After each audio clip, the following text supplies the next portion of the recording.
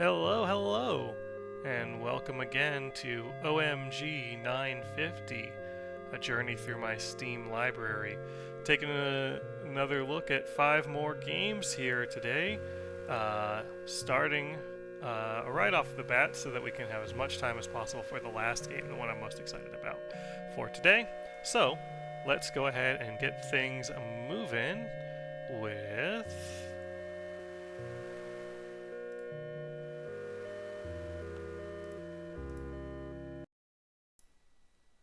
Half-Life 1.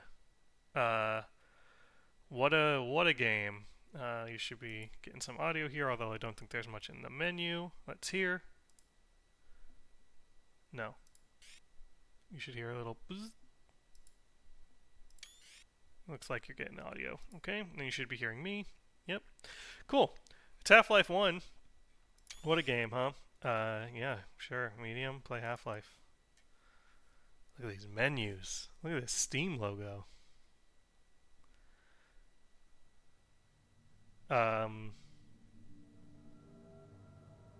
Good morning and welcome to the Black Mesa Transit System. This automated train is provided for the security and convenience of the Black Mesa Research Facility personnel. The time is 8:47 a.m. Current topside temperature It's is Half-Life. 93 degrees, with an estimated high of 105. Hot day. The Black Mesa compound is maintained at a pleasant 68 degrees at all times.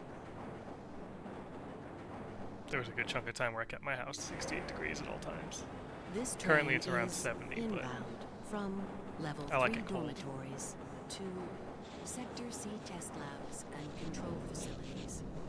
If your intended destination is a high security area beyond Sector C, you will need to return to the Central Transit Hub in Area 9 and board a high security train. If you have not yet submitted your identity to the retinal clearance system, you must report to Black Mesa personnel for processing before you will be permitted into the high security branch of the transit system. Half-Life 2 starts on a tram, Half-Life 1 starts on a tram. Due to the high toxicity of material routinely handled in the Black Mesa compound, no smoking, eating, or drinking are permitted within the Black Mesa transit system. Please keep your limbs inside the train at all times. Do not attempt to open the doors until the train has come to a complete halt at the station platform. In the event of an emergency, passengers are to remain seated and await further instruction. If it is necessary to exit the train, disabled personnel should be evacuated first. Please stay away from electrified rails and proceed to an emergency station until assistance arrives.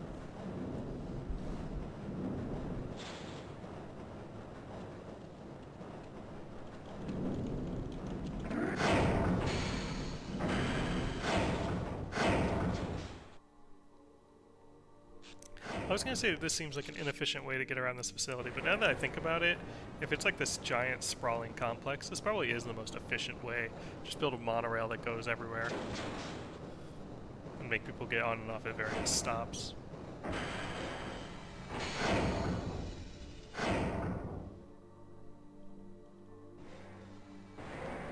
reminder that the Black Mesa Hazard Course Decathlon will commence this evening at 1900 hours in the Level 3 facility. Gordon's 27, Finals huh? for high security personnel will be announced in a separate secure access transmission. Remember, more lives than your own may depend on your fitness. Do you have a friend or relative who would make a valuable addition to the Black Mesa team? Immediate openings are available in the areas of materials handling and low clearance security. Please contact Black Mesa personnel for further information. If you have an associate with a background in the areas of theoretical physics, biotechnology, or other high-tech disciplines, please contact our civilian recruitment division. The Black Mesa Research Facility is an equal opportunity employer.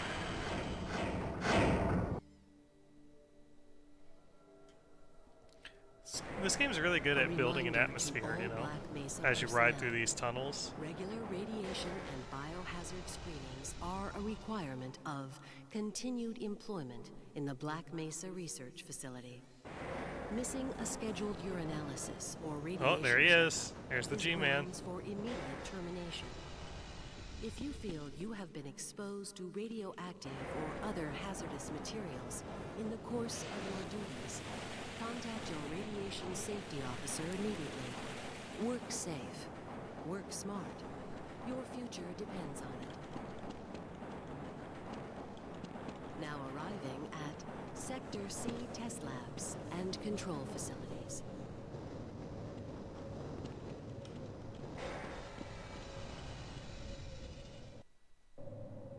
Please stand back from the automated door and wait for the security officer to verify your identity.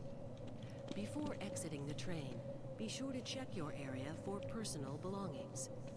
Thank you, and have a very safe and productive I didn't leave any day. personal belongings. Morning, Mr. Freeman. Looks like you're running late.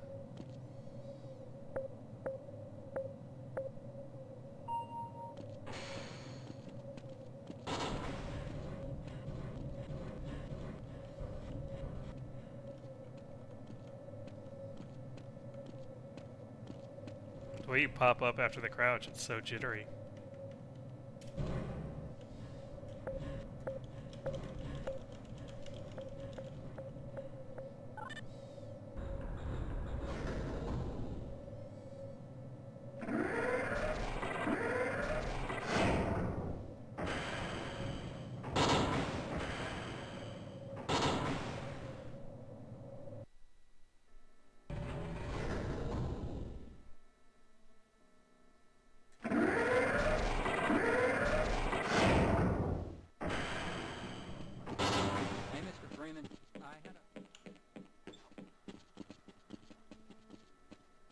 Sorry, were you talking to me?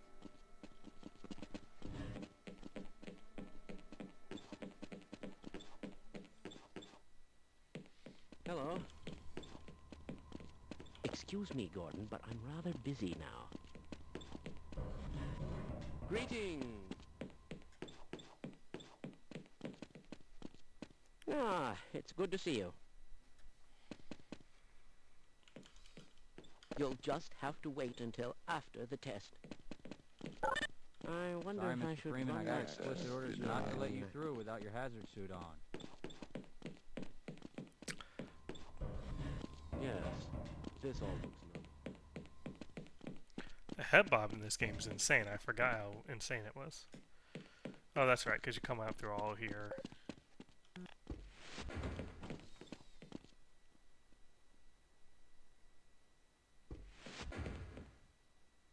Why do we all have to wear these Whoa! ties?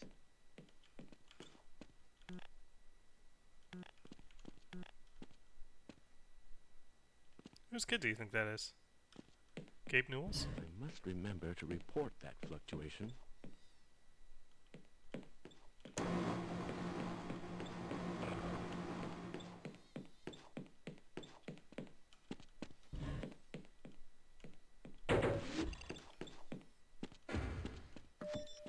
Welcome to the HEV Mark IV protective system for use in hazardous environment conditions.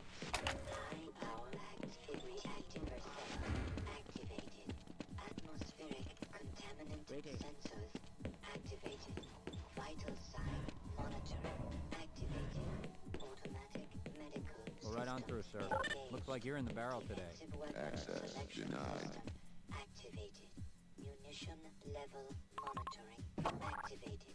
Communications interface online.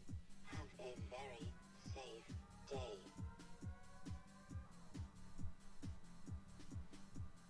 Gordon Freeman just raving in here. His work techno.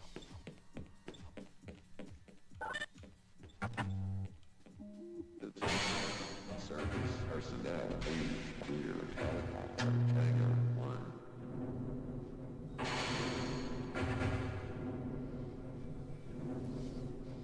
It's a cool opening.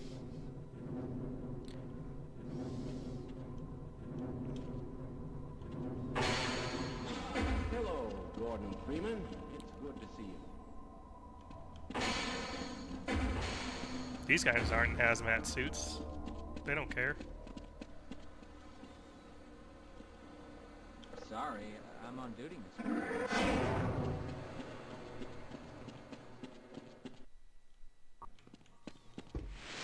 Hello there.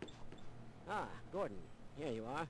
We just sent the sample down to the test chamber. We've boosted the anti-mass spectrometer to 105%.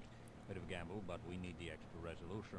The administrator is very concerned that we get a conclusive analysis of today's sample. I gather they went to some lengths to get it.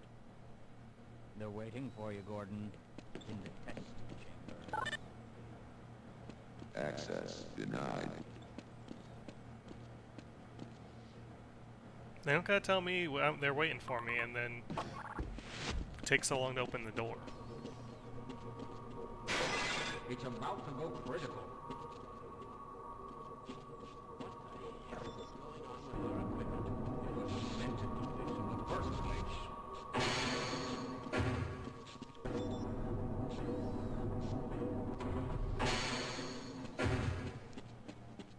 I gotta go push that big rock.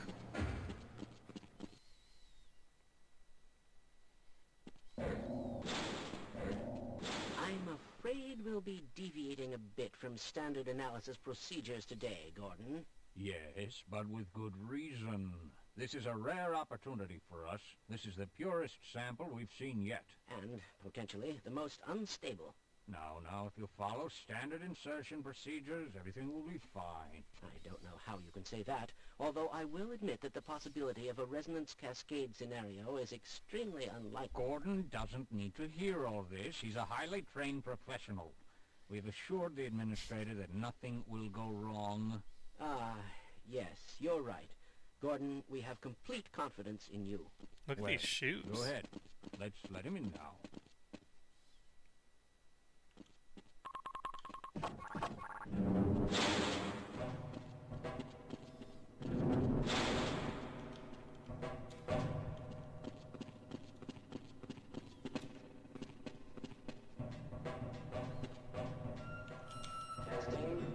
Testing.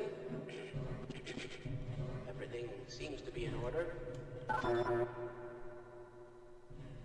right, Gordon. Your suit should keep you comfortable through all this. The specimen will be delivered to you in a few moments. If you would be so good as to climb up and start the rotors, we can bring the anti-mass spectrometer to 80% and hold it there until the carrier arrives.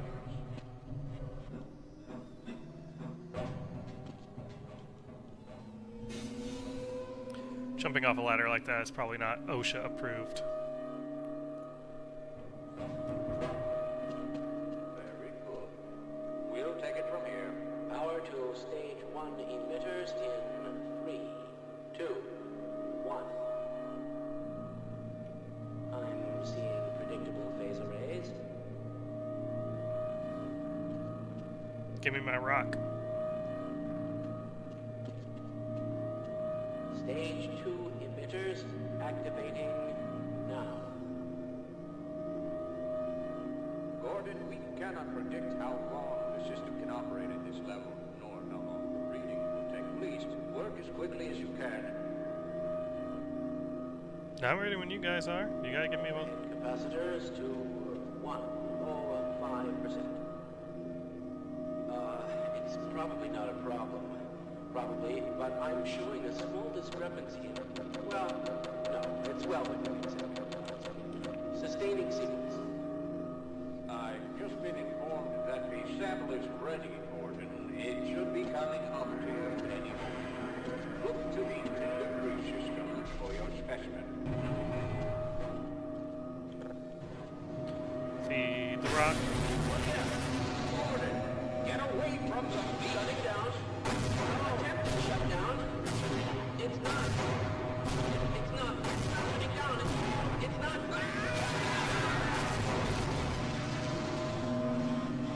That didn't go well for them.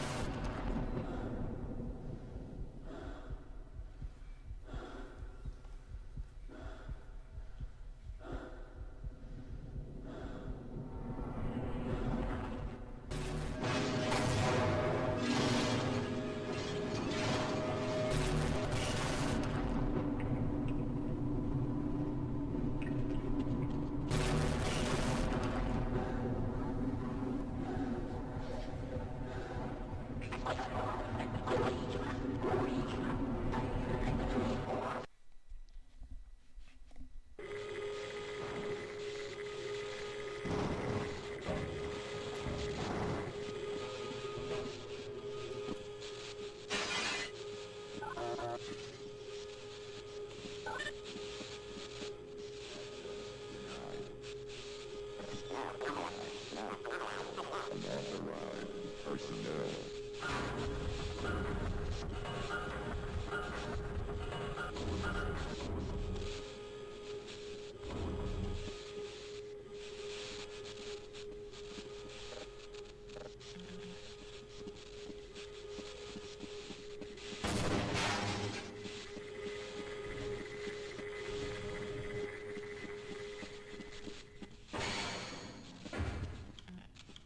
You shouldn't take the elevator when there's this much damage.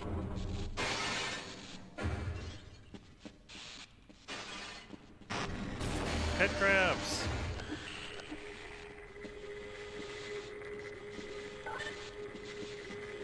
Access denied.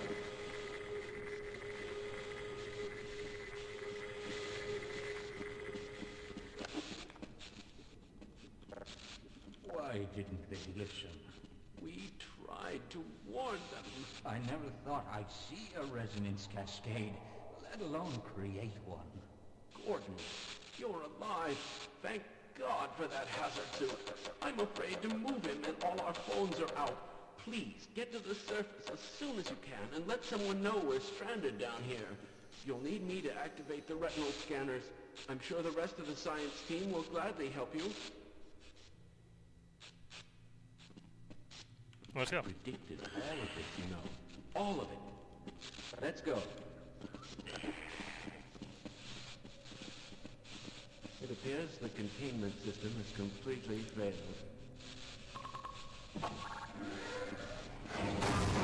Oh yeah, watch out for that. And that. And that. And that.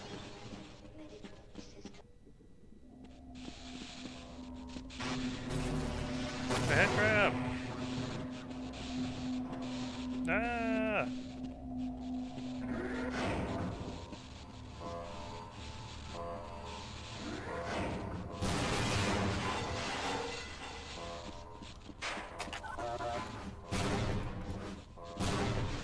Bring it! Oh, I hit the laser.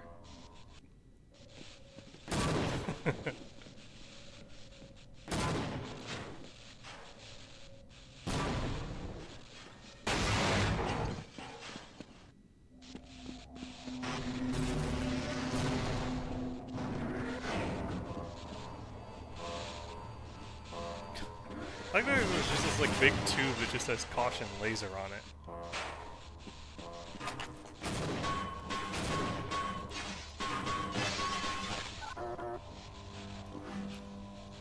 Bring it!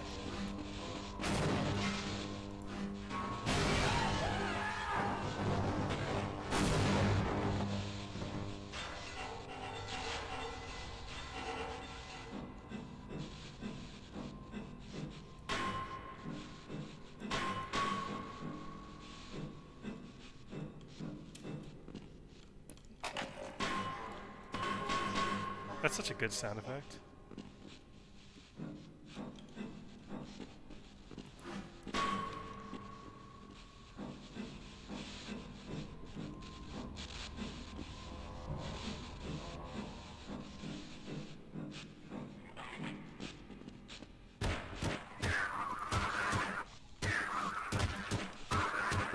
That's one less horror.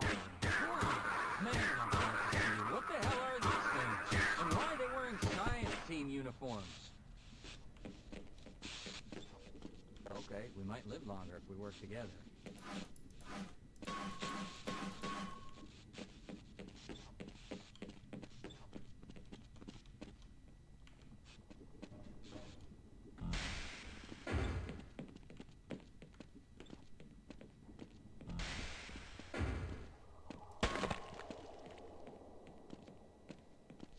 I exploded that guy. You ever hit someone with a crowbar so hard they explode? That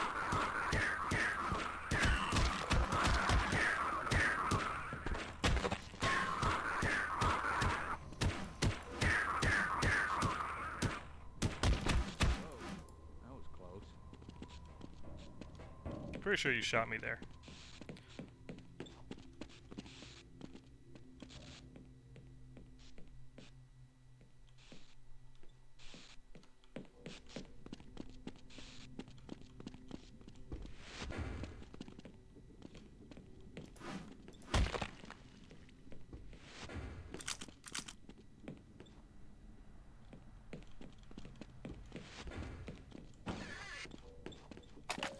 Power 35%.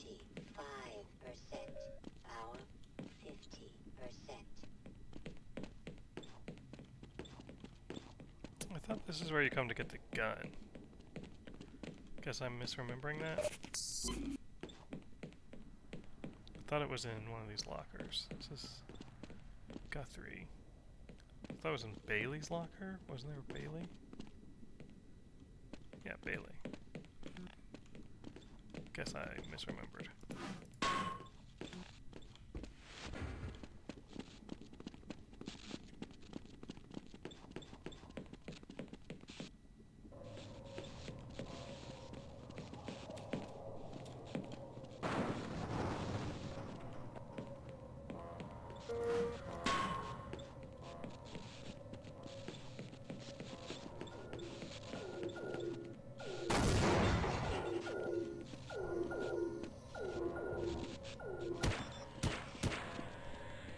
Man, did you see that shot? No. I was looking at something else.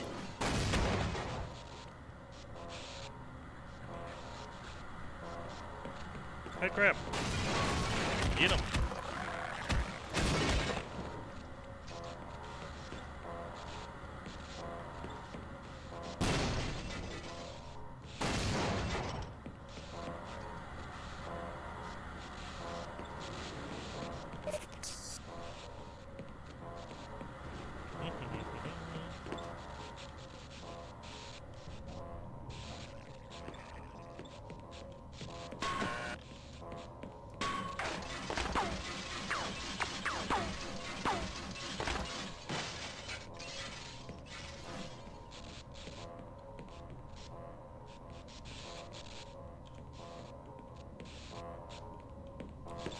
Oh, it's freaking out in there.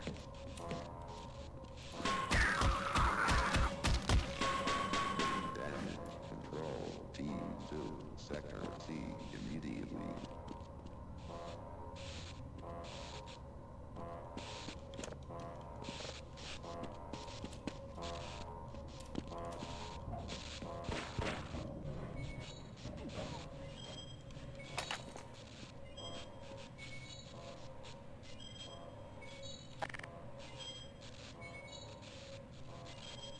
How do I switch? Click it? Okay.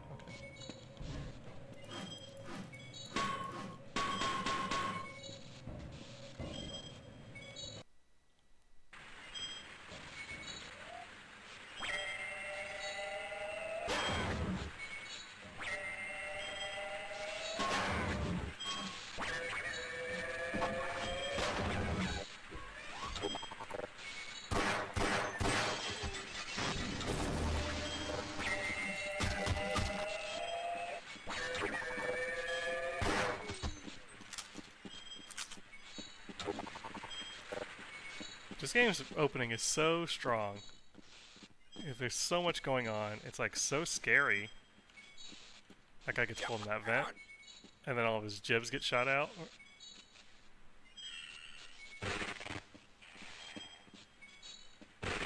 That's so great.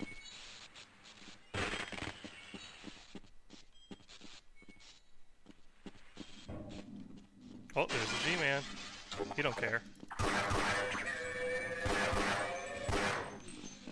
there's like a snapping thing on.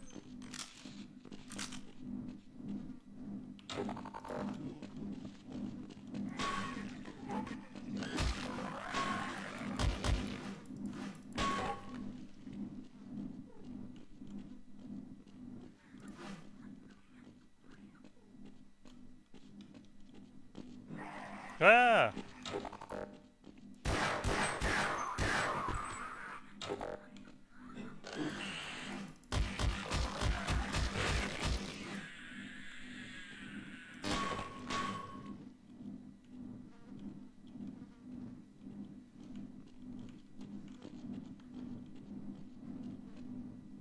The G-Man's gone. You gotta stay low when you're fighting the head crabs.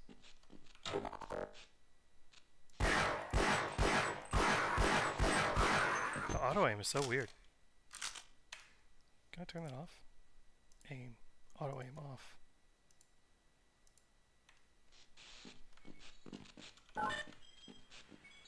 Access denied.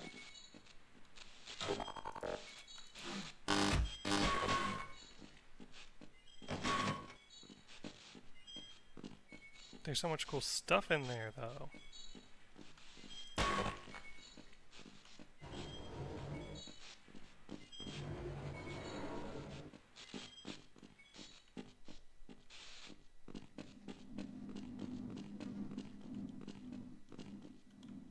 Glad to oblige a fellow scientist.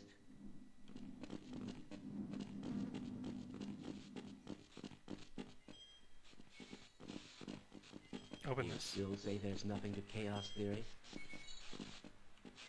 Do I say that? Don't die while I'm in here. Just look at those peculiar markings.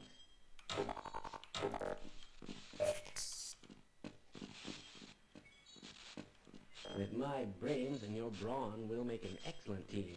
Oh, there's that line. I refuse to go another step. Okie dokie.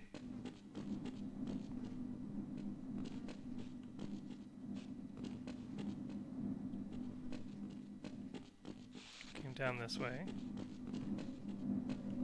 This way. Stay low, there's head crabs about.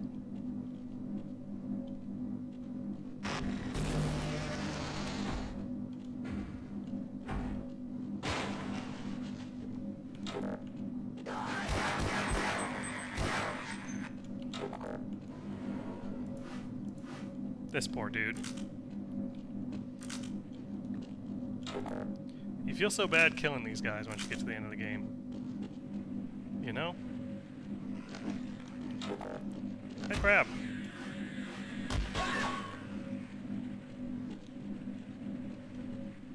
Yes, you're going to have to leave me here, Gordon.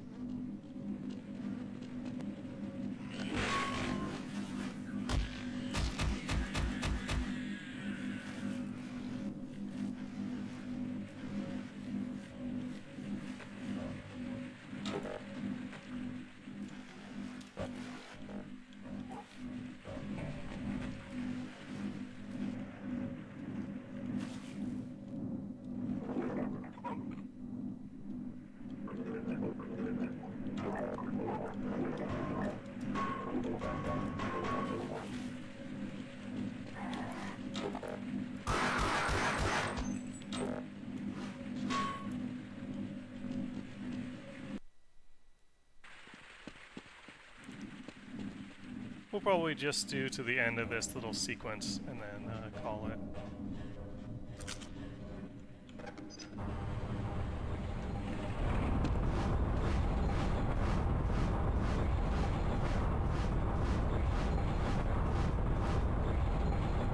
Here they come!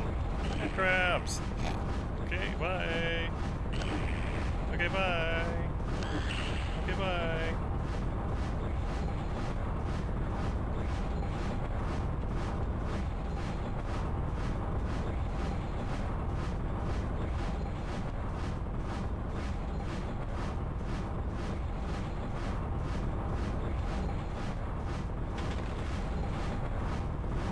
Oh god. 18 gazillion of them down there. Ah!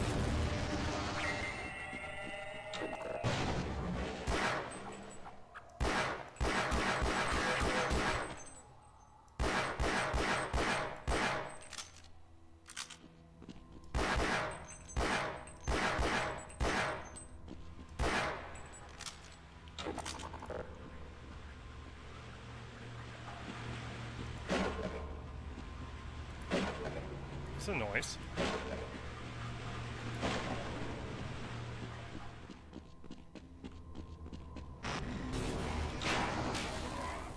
Oh, those venom spitter guys. Those guys suck. What? Wait, wait, ha, wait.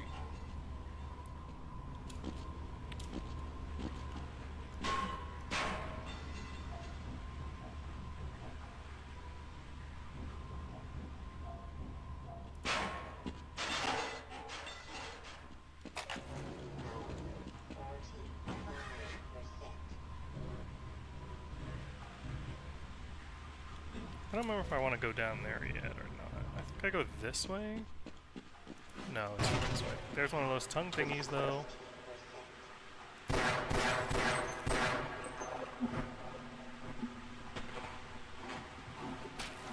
Yeah, kill all the head crabs.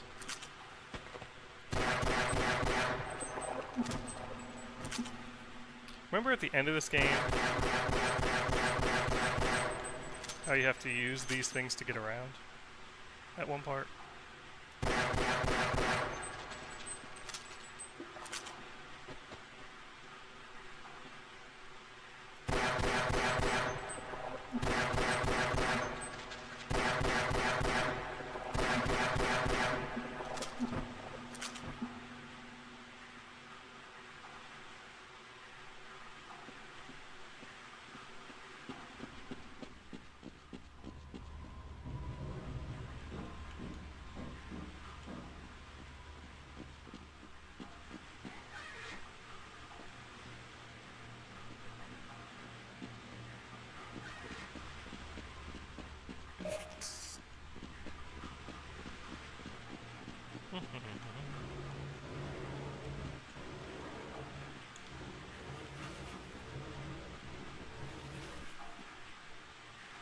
That's like so advanced for this era.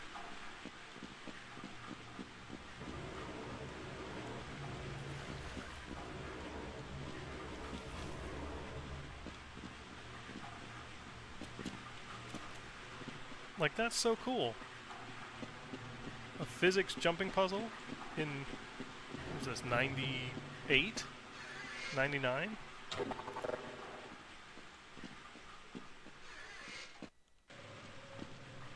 I don't remember what else is back this way. Like in that one room. Down here.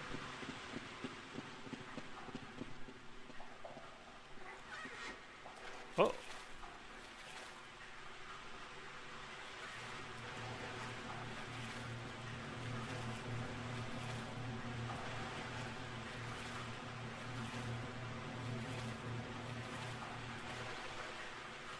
I've fallen in the water.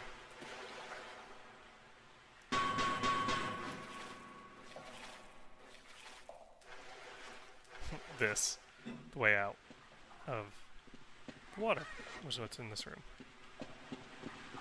If you're bad at the jumping puzzle, you get there.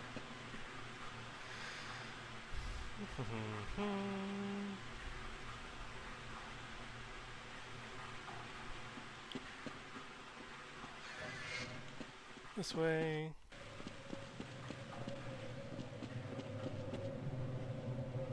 Oh yeah, this. It's been a long time since I played Half-Life 1. I remember really... There's a level where you ride a train around, that little tram around, like a maze. And I remember at the time when I played it, really enjoying that level. Don't know why. I also remember one where you get, like, outside for a little bit, and there's military guys everywhere having, like, really, really good music.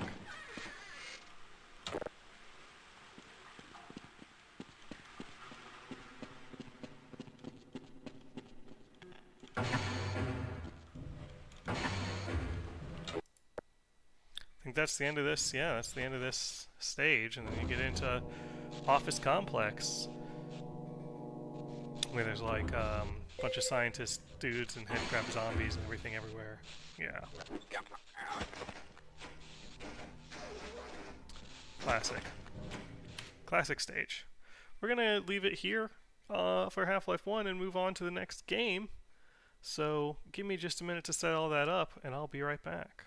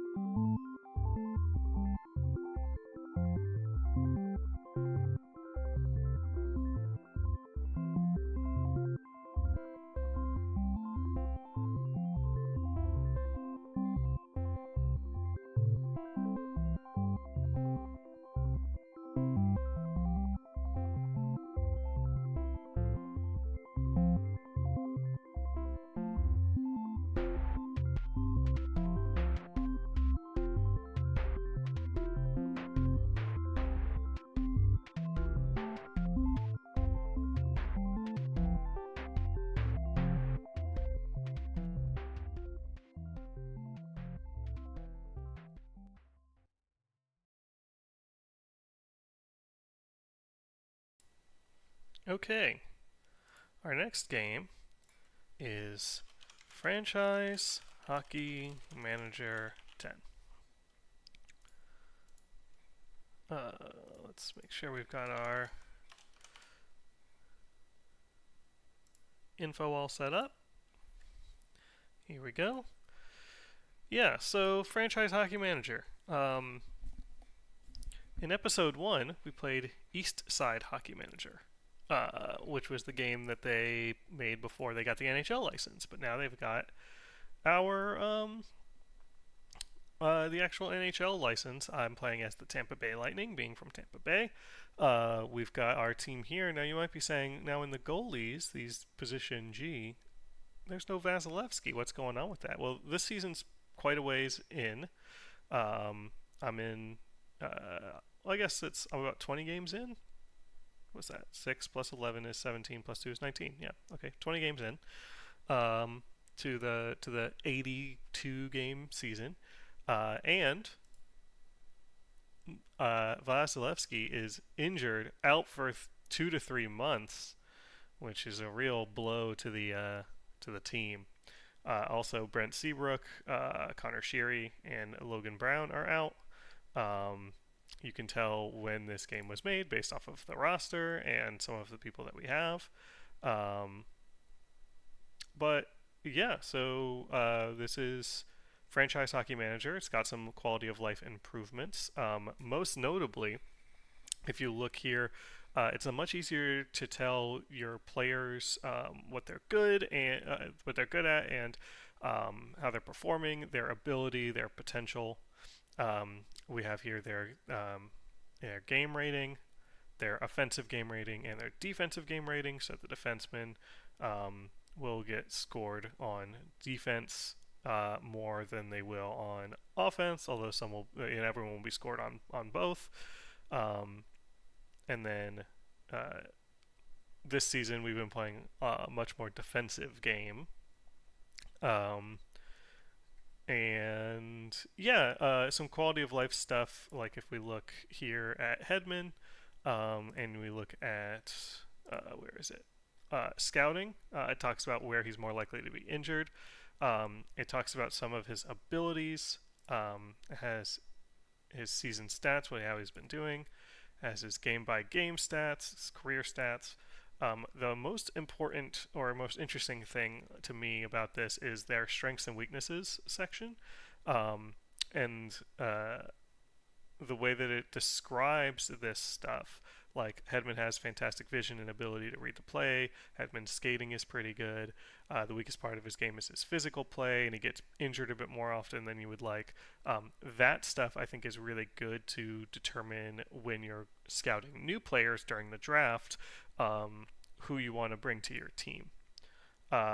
Also, I'm trying to remember where it is. Okay, down here, line chemistry. As you play, the line chemistry forms between whatever players they're on. So if Hedman's always on the line with Braden Point, for example, he would show up eventually on this line chemistry list, and then if any time that those two players are on the ice together, they'll get bonuses to their stats, which I think is pretty cool.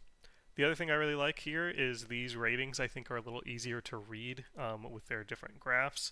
When you compare two players to determine trades and things like that, it shows you these graphs, which make it much more simple to determine whether or not you're getting a good trade or not. Much like every franchise game, though, manager game, the setup here, menu setup is insane. Some other stuff that's interesting on, I think it's on the tactics screen. Yeah, so you can adjust your default attacking, aggressiveness, backchecking, pressure, hitting, tempo, passing, shooting. So we'll say we want to shoot more often, and we want to have more intense pressure as our global setting. The nice thing about this, you can set it by line too. If you go into, maybe it's under unit. Yeah. So you can select these lines here. As you can see, these are our lines. And then you can say, this specific line, we want to use this different strategy. And you select whether or not you turn it on for that specific line. Otherwise, they will use the global line or the global settings that you set for the team, and then you can, if really crazy, get down to the individual level. They give you some stuff about, your depth charts, things like that. The scouting section is a little easier to understand, in my opinion. So we have our scouting coverage. These are our different regions. These are our scouts. And then you have your watch list for these are players that they think might be good fits for your team. You can create a watch list by looking at different tournaments and assigning scouts to them and doing all of that. Other than that, it's a spreadsheet game and a menu game. We'll go through one game here, and then we'll call it and move on to the next thing. Oh, the other thing is training. So you can assign your training to individual players, and your staff will give them different types of training. So if I wanted Hedman to be more physical, for example, he's got 14 right now. If I wanted that to be higher, I could click on this, and okay, now he's gonna have a more intensive physical training than he normally would. Okay, let's play a game. We're up against Winnipeg right now. We're going to use the lines that we have set up. We're missing a defenseman here. Let's see. Right, left, right. Cole DeHaan, who I pulled up from Syracuse, was not assigned. So we'll have him assigned on the line here, and then let's go.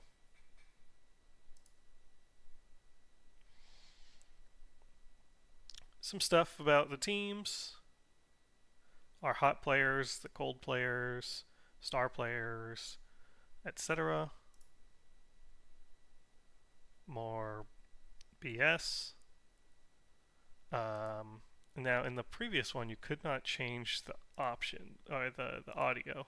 I usually have it set to mute and play other audio music while I'm listening to this game. But let's see what the audio looks like on this. This tells you, when there's going to be stoppages, like auto pauses. So anytime there's a goal, a penalty, an injury, or a goalie change, I will get a notification. And then you can, do these on ice decisions and manual line changes if you're really wild. My view speed is set to fast. I'll set it to normal, and then we'll crank it up.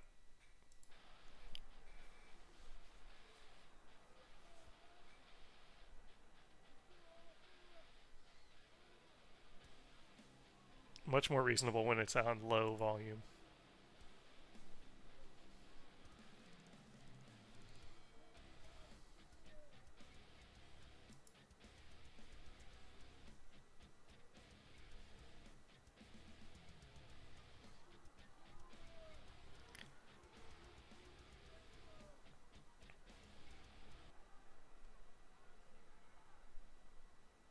National anthem playing, just letting you know what's going on in the simulation. And there we go, we're off. You see the puck is this little black dot.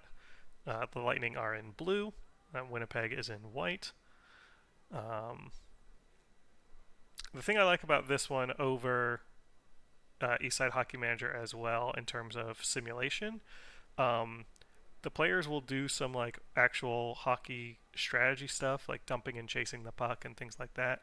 However, we do see a lot of plays where the puck gets shot and then all 10 players on the ice rush the puck, which never happens in real hockey, because it would be insane to do that. But let's go ahead and turn up our view speed because this is too slow for me. Ooh, we got a roughing penalty, 2-minute minor on Dylan on Winnipeg.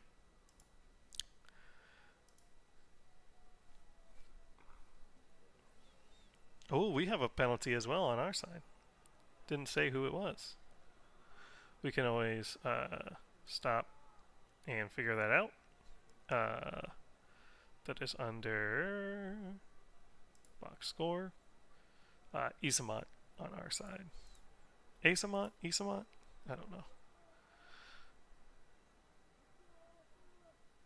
I was just at a Lightning game not that long ago. And it was a really, really good game. Really fun to watch. Penalty's already over. We're back moving.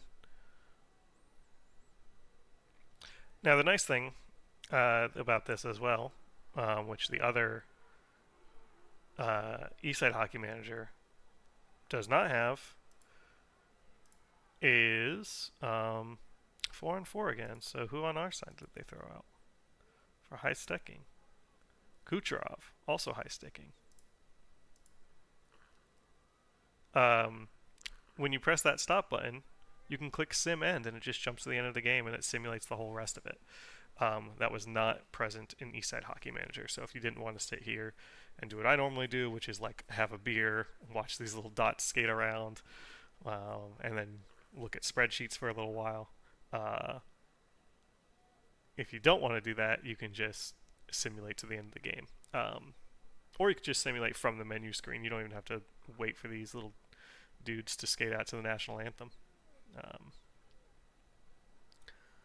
I don't know. There's something about these styles of games that I find very chill. Less so some of the ones that are more in depth. Like I said, so if you wanted to with this one, you can be kind of crazy with it, and you can get in there and do manual line changes whenever there's stoppages of play. You can set the thing to stop every time play is stopped. Like right now, anytime play is stopped, it just goes and it does the thing. Calvin DeHaan is what's called for hooking. I called him Cole DeHaan earlier. I think that's a different guy. I don't know who that is. Let's see if they got called for a penalty at the same time. They did not, so they're going to be on an actual power play.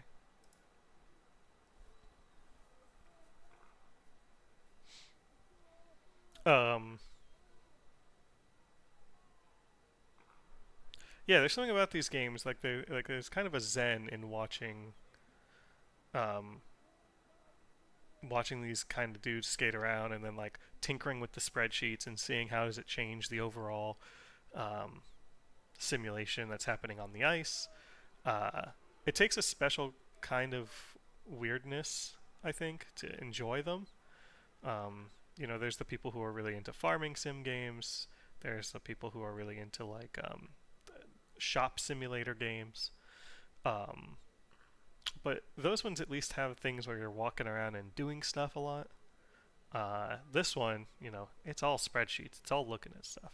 So that's the end of the first period. We're on to the second, and Franchise Hockey Manager has this cool thing where uh,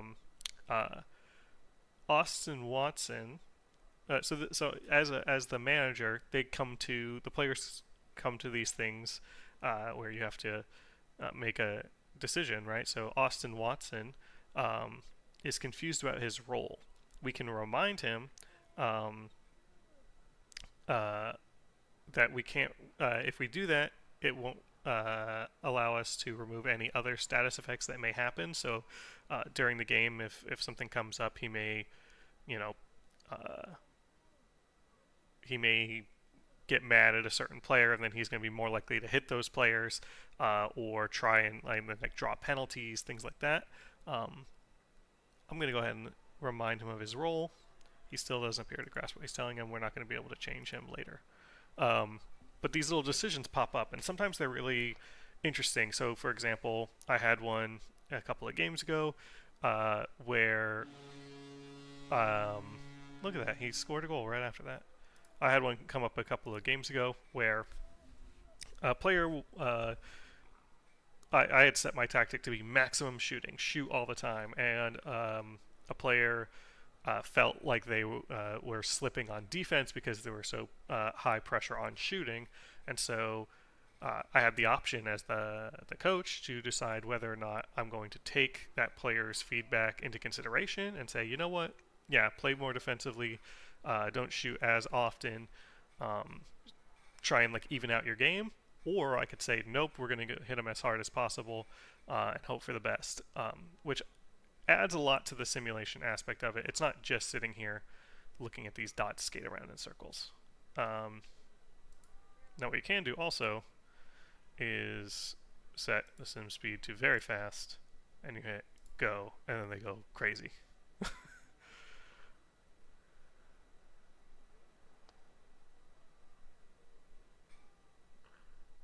Which is also at times very fun.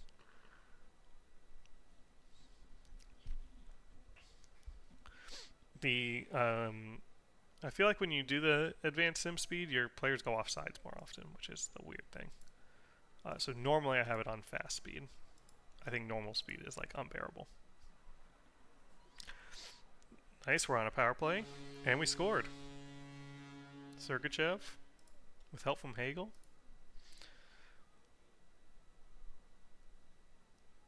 Ooh, but then he gets called for interference. And now they're going to be on the power play. But we're up 2-0 in the second. I'll take that.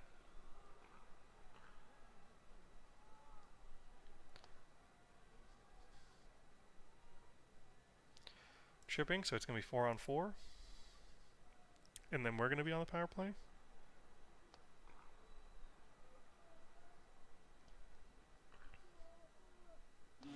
Look at that. Cooch from Sergachev and Hedman. Sounds like a classic play. And then keep it moving. And again, 4-0. Watson coming in strong.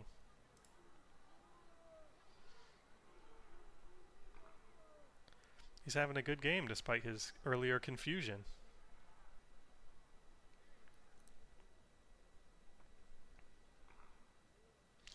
The reason some of those players get the confusion and you get some of those decisions also is in that screen that I showed, that bio screen that I showed for Hedman, they have like tendencies towards certain play styles. So you can set, if you set their individual, see he's confused about his role still. I'm going to remind him, oh, he appears to understand. We have a big lead and we don't need to keep pressing for shots. Should we decrease shooting tendency setting? So this is what I was saying earlier, that we have the lead. We don't need to keep up the pressure. So let's go ahead. You know what? We'll take that advice.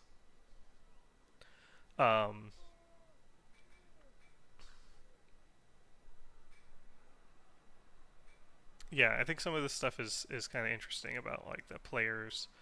But yeah, their bios will say that they have a tendency towards certain play styles. So if you set your overall team play style to be something that doesn't really jive with them, then you're going to end up with the players confused more often and getting in trouble more often, so to speak.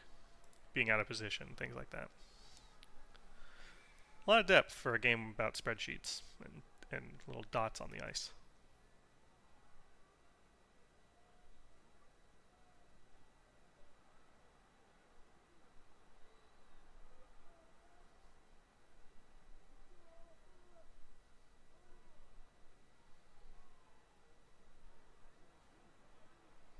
It'll be disgusting if we lose after a 4-0 lead. I don't think that's going to happen, but you never know. They can get on a hot streak here in the third.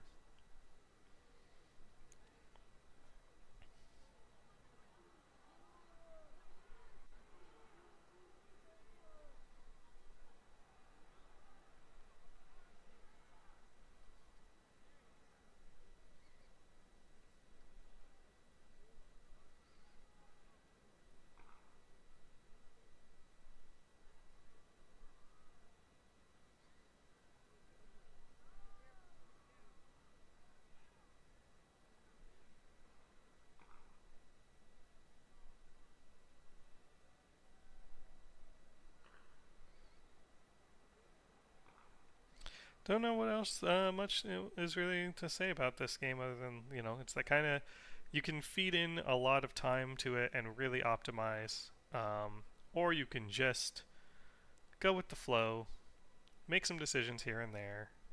I will say the hardest part, if you're playing it casually, to wrap your head around is scouting and drafting players or making trades. That part can be quite difficult. The salary cap is also kind of a weird concept to manage if you're unfamiliar with salary caps in pro sports.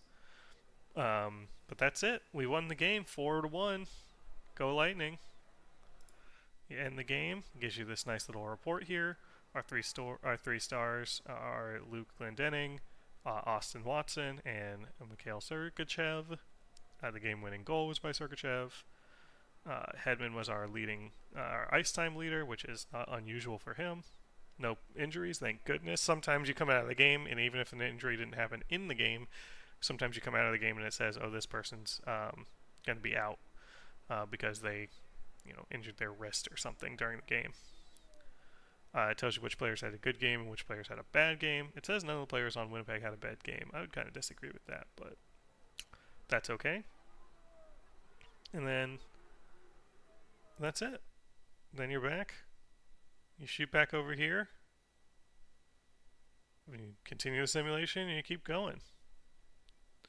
But we're going to call it there so we don't spend a bunch of time looking at spreadsheets and move on to the next game. So I will be right back.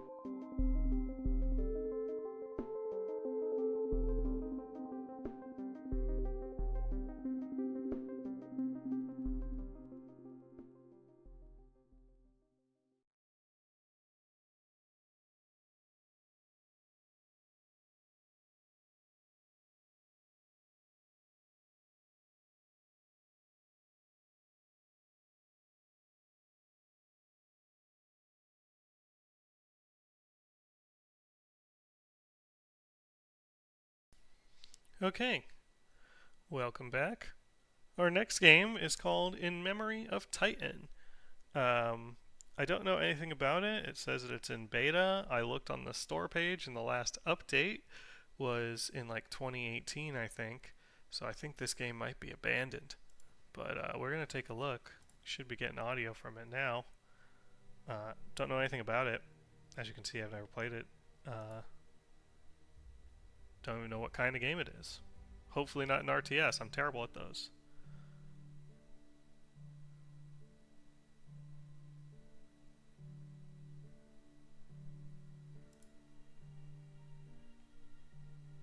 Okay.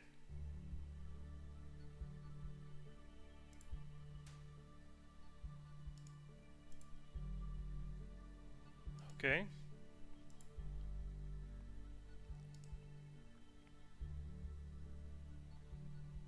Select the ship to inspect by left-clicking on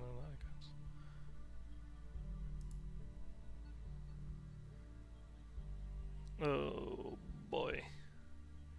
Let's change installed weapons. Select it by left-clicking in the middle node and then click on the weapon to install. Okay.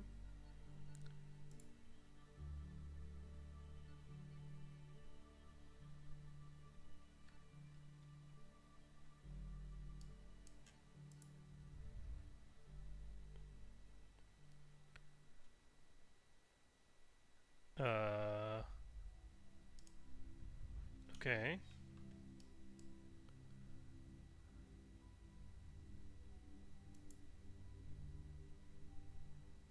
What is this question mark? Also, the way that this moves is really weird. Oh, there's a thing over there. What's going on there? Neptune. Available mission distress call. Okay.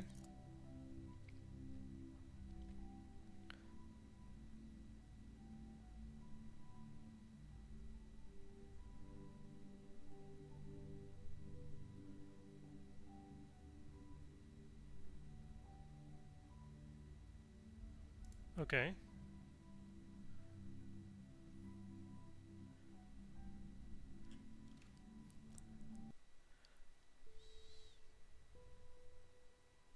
This is the last known position of Major Valoran, your son, before he went offline on his last transmission.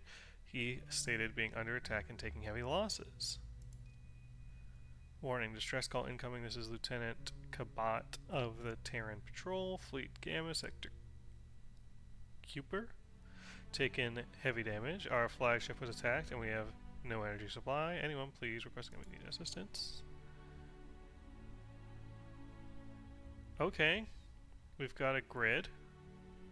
Starting deployment, I guess. I'm gonna go here, because it seems like I want to go that way. I think. Whoa.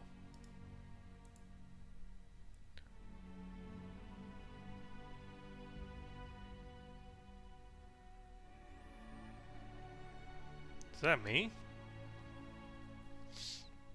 I look cool.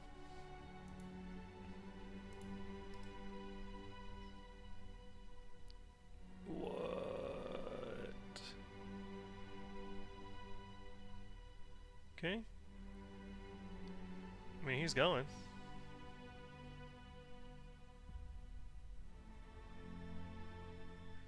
Oh, I see something over there, an outline of a ship. Our sensors are picking up a damaged light ship nearby. The Shiva class light ship is weapons hot. Consider it hostile. Okay. Move close to close quarter battle range.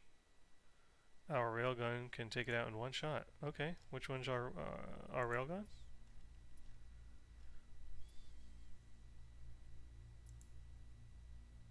Why is it so zoomed in? Whoa, whoa. When I press W, when I press Q, when I press different buttons, it does different things. When I right click, it lets me move. It said move close quarter battle range.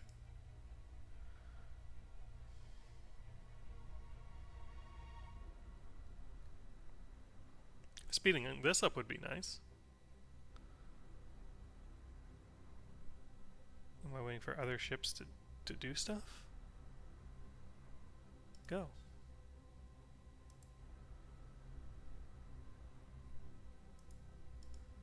Go. Activate. Oh yeah, there he's moving. I see him.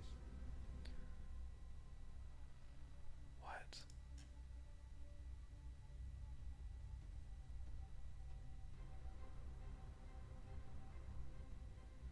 Why does it want me to go backwards? I don't fully understand what it's doing here. Weapons. Fire!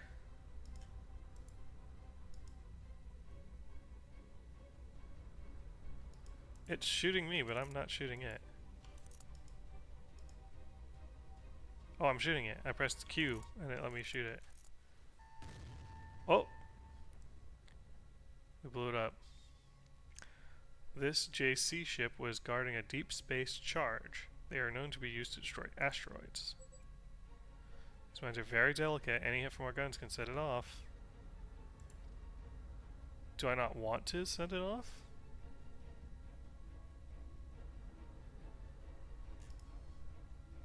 The grid's gone.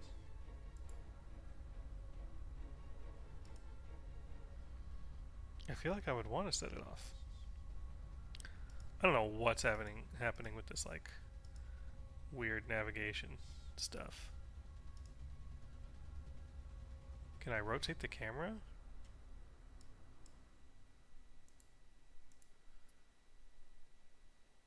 Why is it so zoomed in?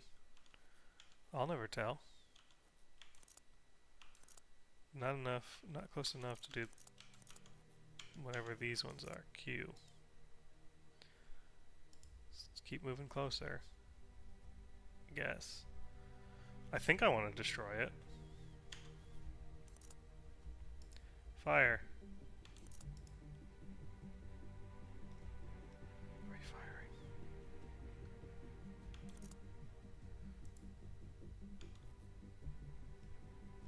Yeah, there it goes. Fire.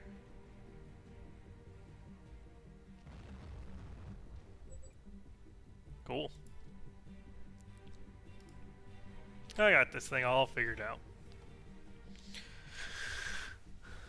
Oh, that's a lot of mines. But I bet if I blow one up, the other ones will blow up.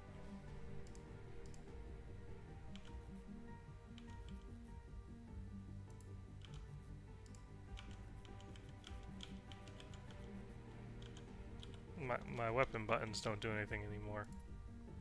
There they went. I don't know why it's only sometimes that they do anything.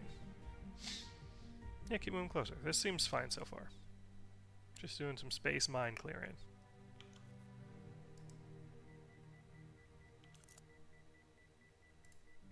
Shoot it. Boom.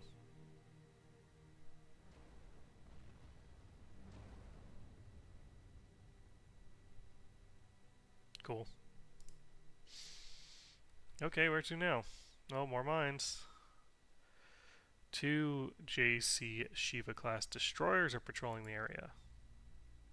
Get ready for combat. The Titan. Nobody have seen the Titan in 20 years. Nikolai, is that you?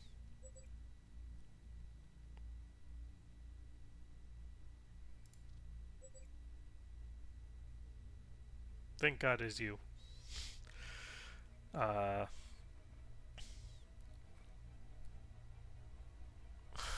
Thank God is you. We thought we were done for. My name is Lieutenant Alexander Kabat. Is your son, sir? Commander, your son is commander of the Hammer. We were sent from Terra to Pluto on a mission to investigate an approaching anomaly of the solar system, but our Jupiter Corp escort turned on us. We took heavy losses. The Hammer is gone, sir. Your son. We lost contact with the Hammer as we entered the field.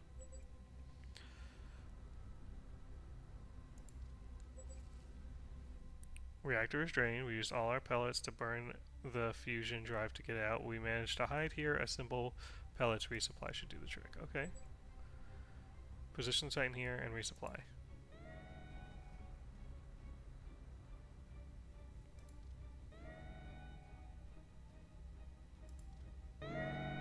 Okay, red alert. I would love to see the map differently than I'm currently seeing it.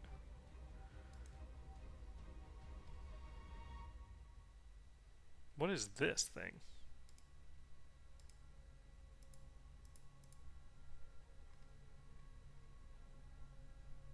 They're moving to engage. Prepare battle systems. Oh, they're shooting on that other ship.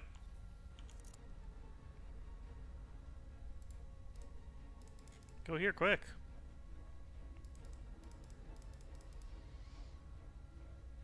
Ooh. That's the game freezing. Ooh, I'm getting a little spinning logo of death. Do we get a full crash? I will say this. There are like 8 reviews for this game on Steam. And 2 of those mention crash to desktop during the first mission. Let's give it a second. See if it has life. I'd hate to judge a game unjustly.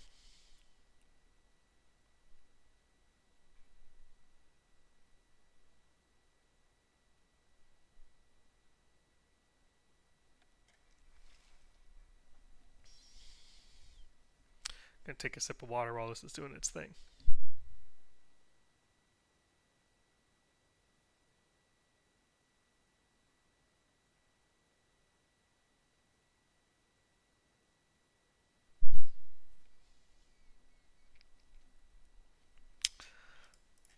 Welp.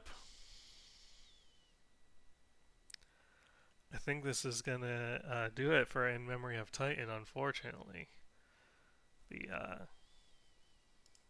error log is popping up, so we're gonna get a DNF. Did not finish on In Memory of Titan, that's for sure. So give me a second, I'll be right back, and we'll move on to the next game.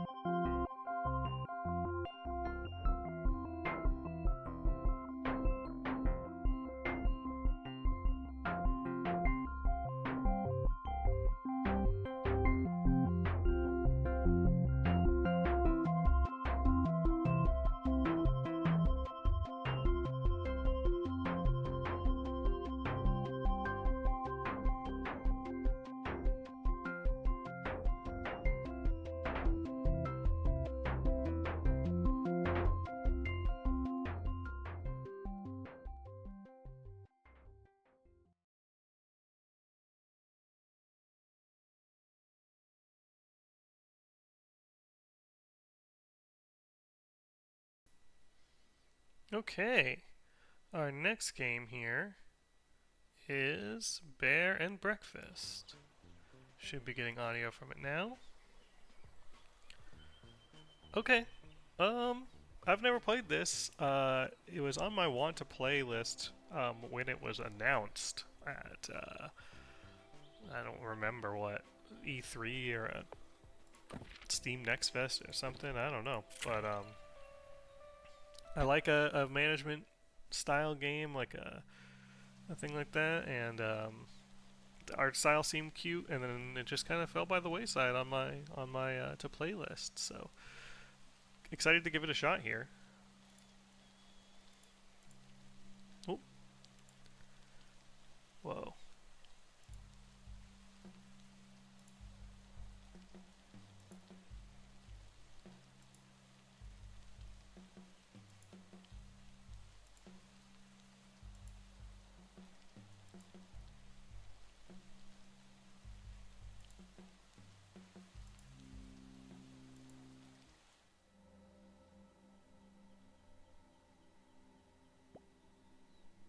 Hello.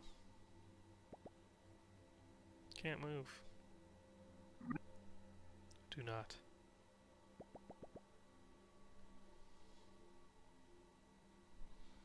I love this little bear. He's so cute.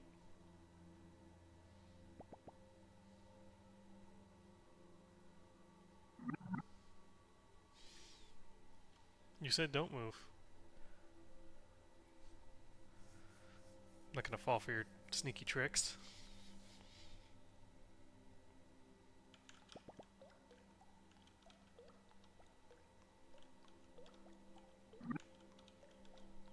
Find.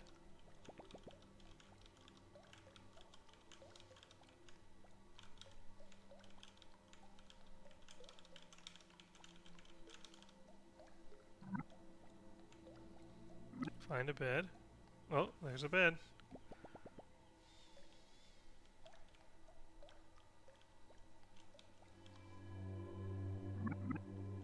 E.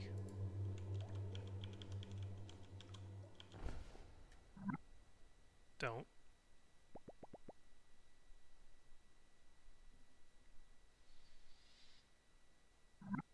Don't wake. Ooh, ooh, spooky eyeballs.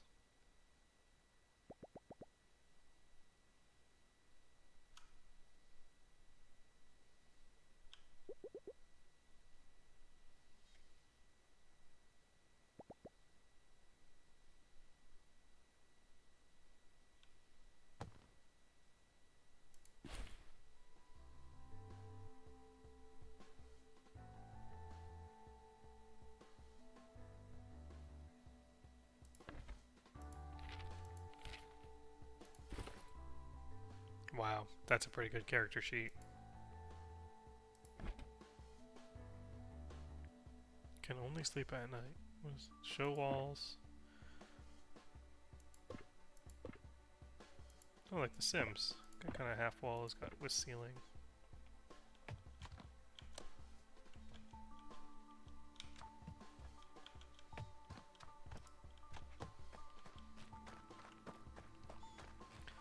The animation in this game rules.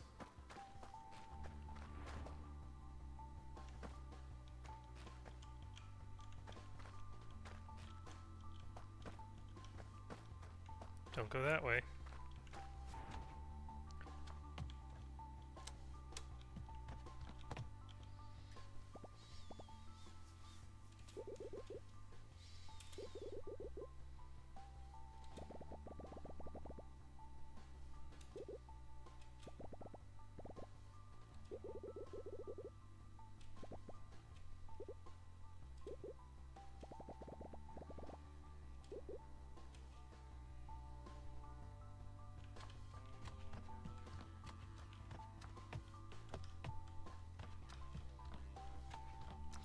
I always feel like bears should be accompanied by like tuba music.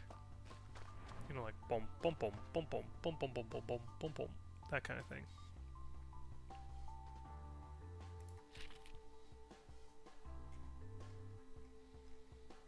Yep. Okay. Interact with different things by pressing E. Game uses an autosave feature. It's not actually the game while this animation is playing. Okay. Great. Sounds good to me.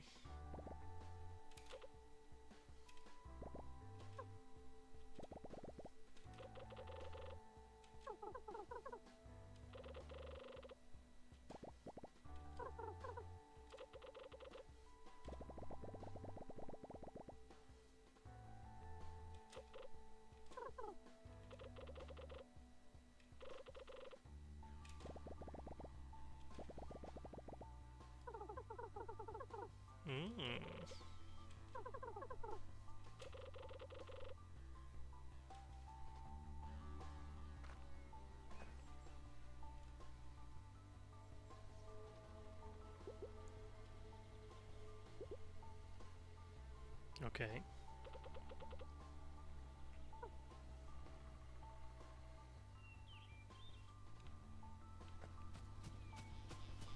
In adventure mode, you can walk around and interact with things, input items in your inventory. Your inventory is accessed through the adventure mode menu. You can use filters or the organize button to sort through your items, or throw away whatever you don't need in the delete slot. The main map displays your current location, day, time, and allows you to navigate the world. Okay.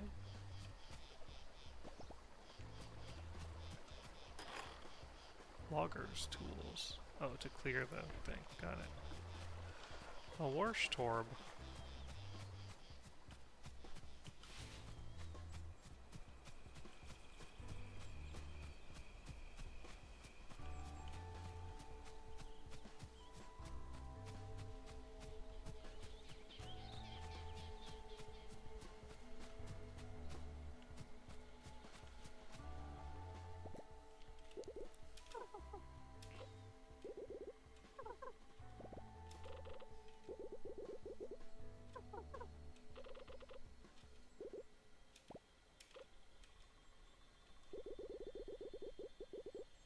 Hmm.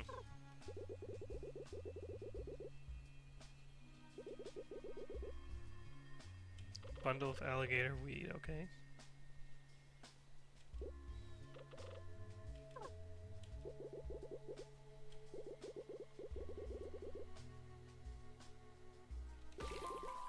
I got the notebook.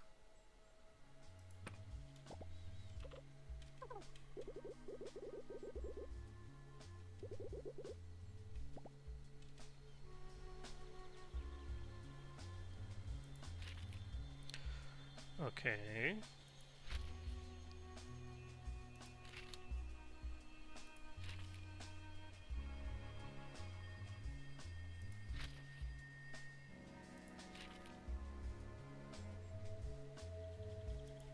Okay. Got it. Basic stuff. What's up with this?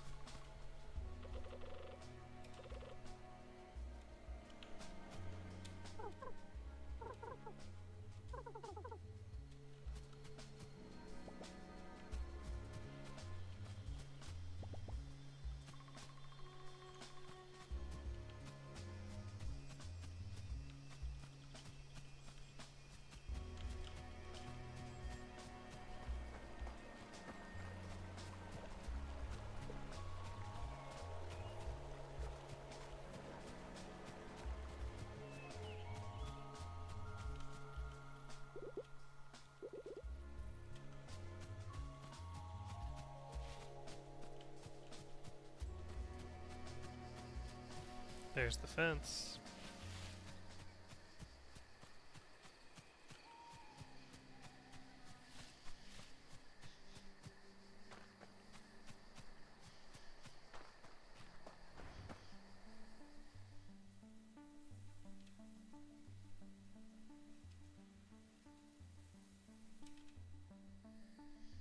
Okay.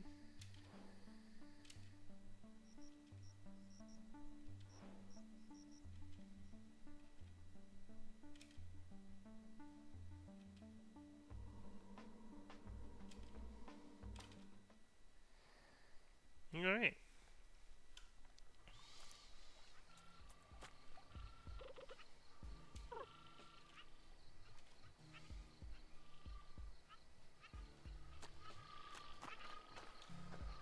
Oh, it's getting dark and spooky.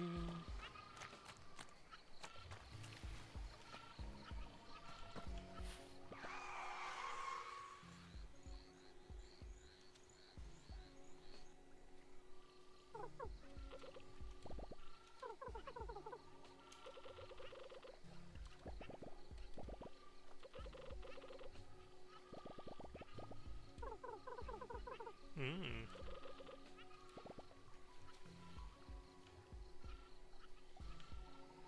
My friends ran away.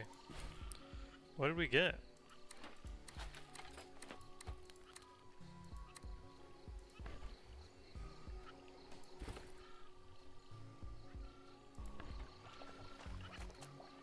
Who's to say? Oh, this is water.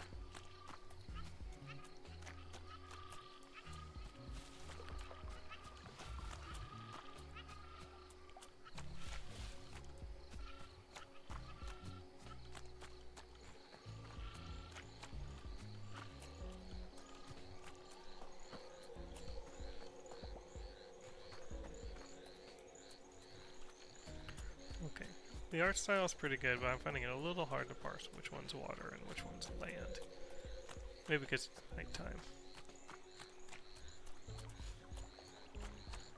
I think that's all water. So we go this way.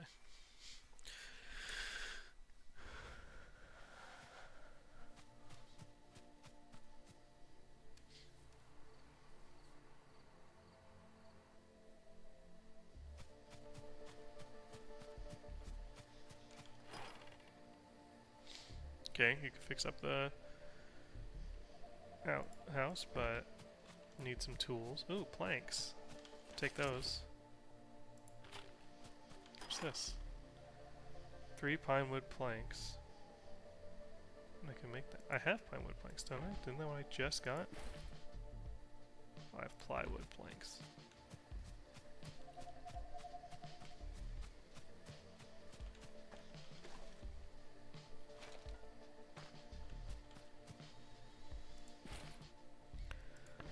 Valuables are trash.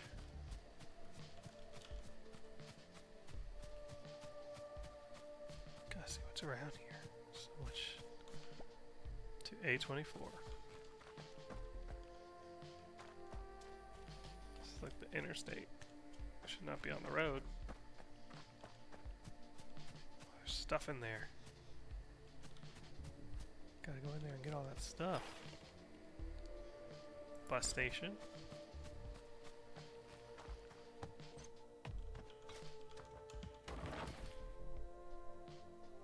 Plywood planks and pine wood planks, great. More of those things. Whoa, look at that.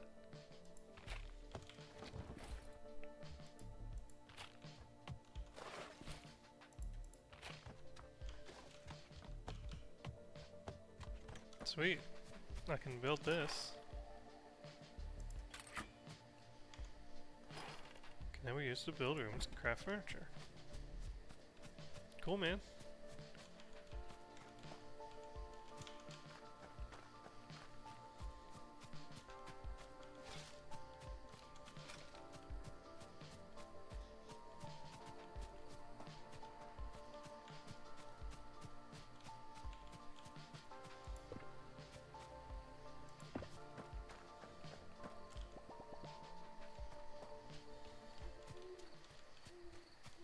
What does this say? Oh, it's the middle of the night.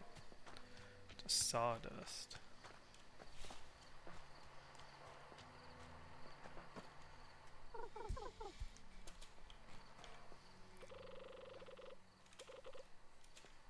You already said that, man.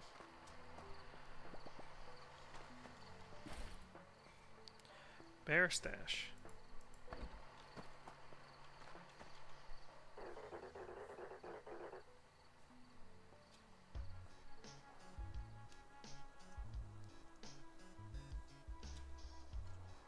Mm-hmm.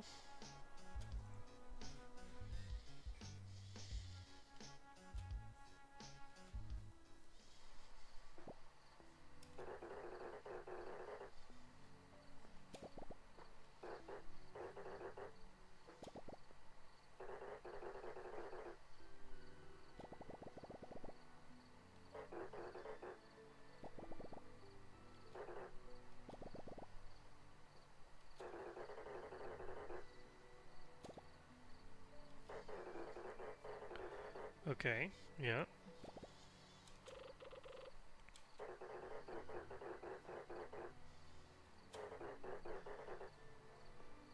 Whoa.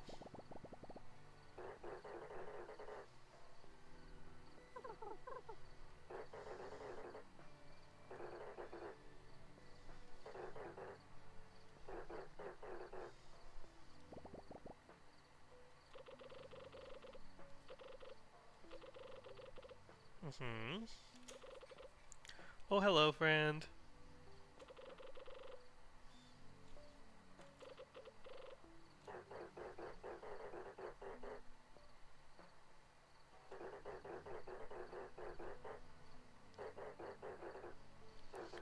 Okay.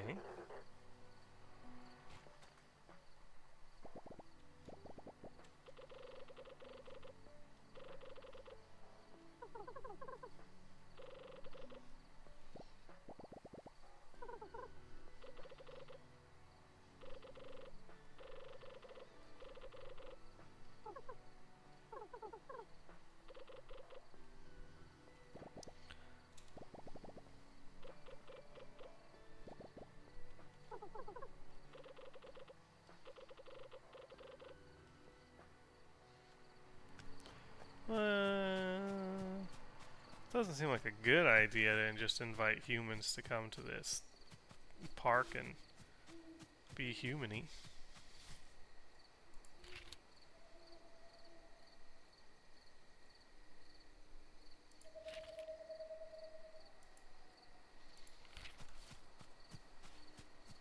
I wouldn't want humans around. And I am one. Or am I? I am.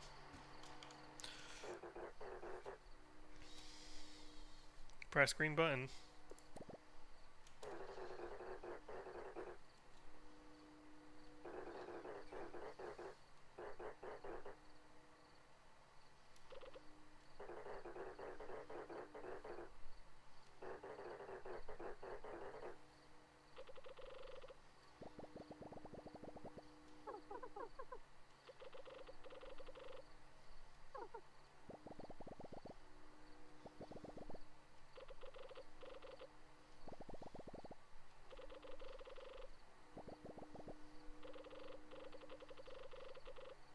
Alright. Gonna go find Tony and Sawdust. I don't want to sleep in advance time.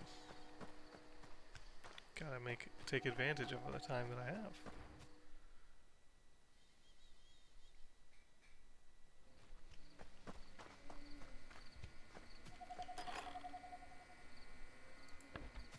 Oh, the bus stations are fast travel points. That's cool.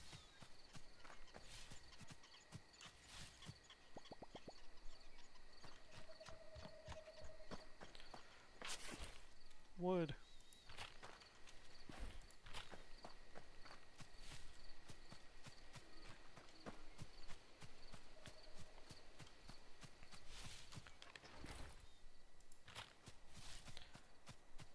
Look at all this free stuff. There's so much of it.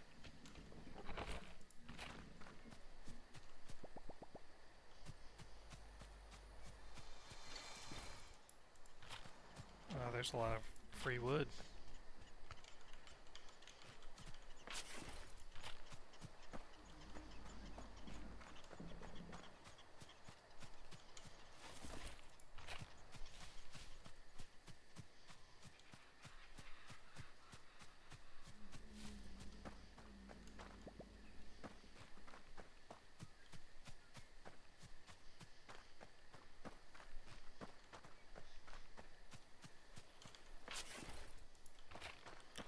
I'll get to the thing I'm supposed to be doing in a minute. There's too much free wood for me to just leave on the table.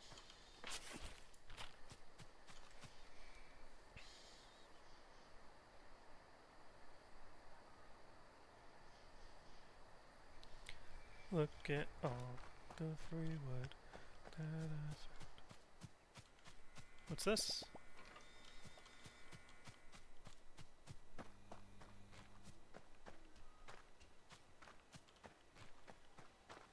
I think I see on this mini-map. It's a little icon for where the free wood is.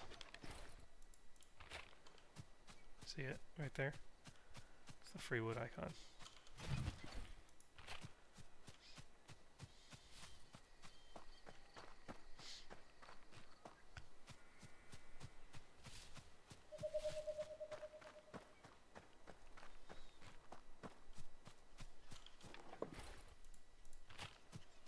And that's an exit. There is more free wood this way. Okay. I now feel that I have taken... Oh! Look at that. There was a secret other thing I could take. Dismantle the couch. What about that washing machine?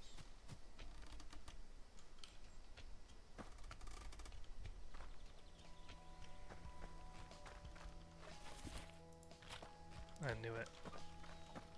Looked out of place.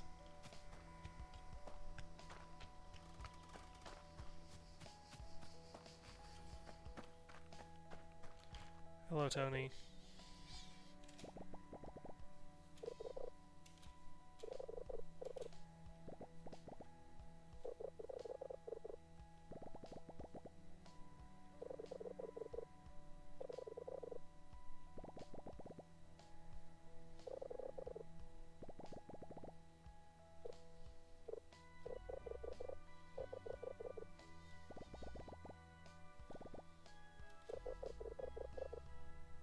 Mm-hmm.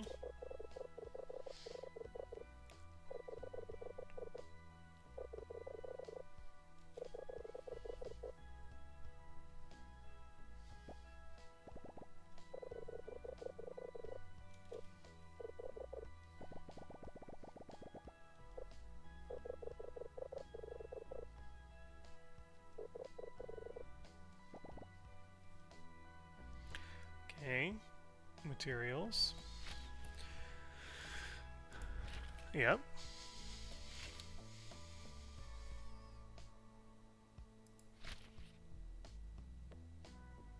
Wood will be found near trees, stone and marble near rocks, junk around the garbage dump.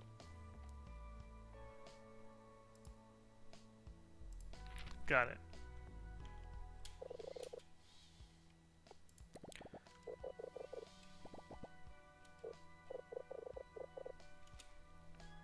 Alright, he's going. I didn't find any stone. Maybe I should look around and see if there's stone.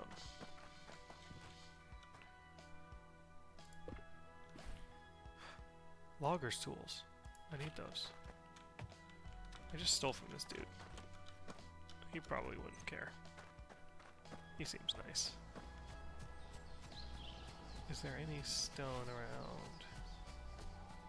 I feel like there should be stone over here. Oh, there's something over here. Trash. And if, whoa! Just sort of teleported me up there. It freaked me out. Oh, and a person.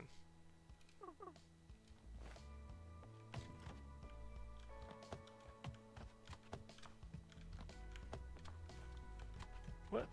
What?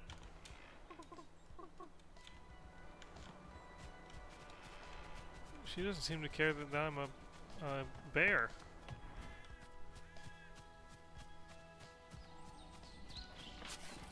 Okay.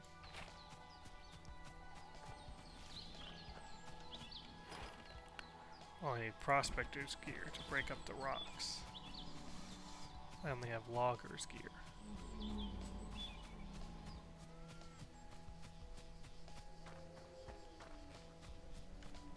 Didn't this need carpenter's gear? No, this needs a bus sign. There's a bus sign right next to it. Why does it need another bus sign?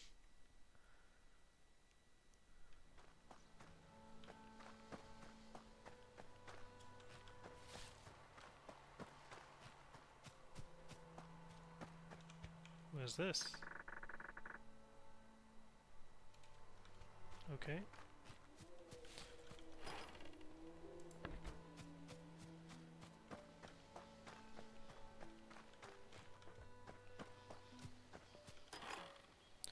I can repair this.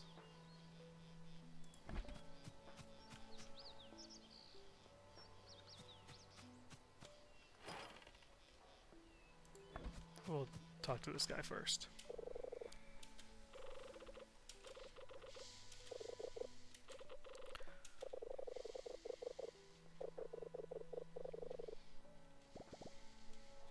I did that.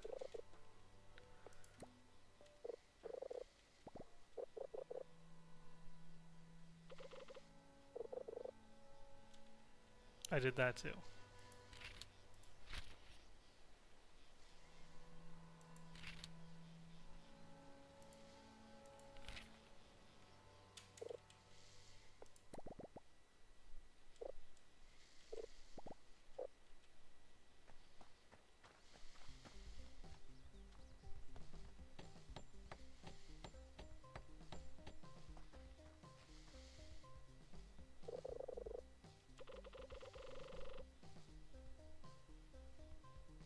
Mm-hmm.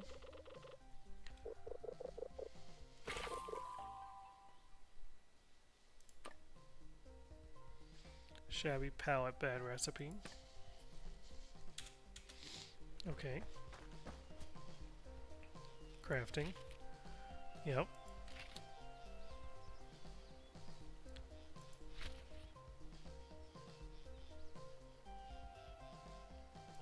Okay.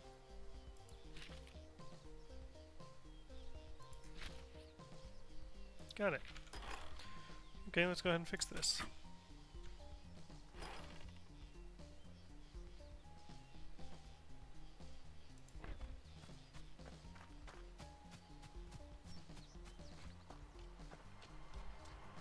this sells stuff.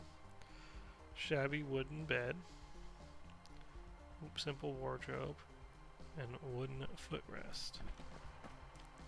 Okay.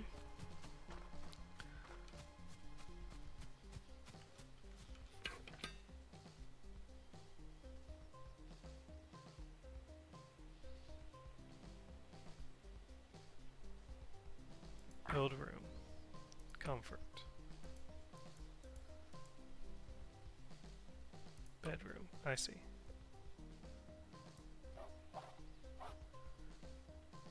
How big is a bed? 4x4, probably good enough. Whoa. Costs 160 coins? Minimum size 2x3.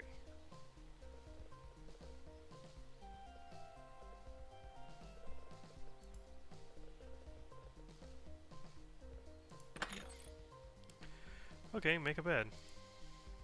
Crap. I now have a bed.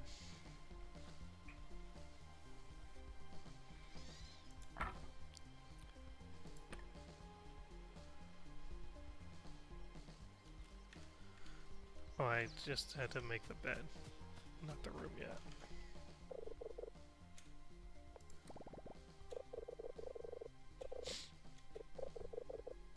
Okay.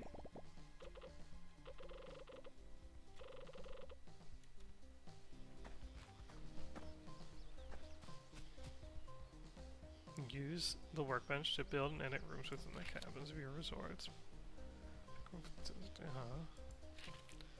Draw the footprint of the room until you reach the minimum required size, at least. Okay.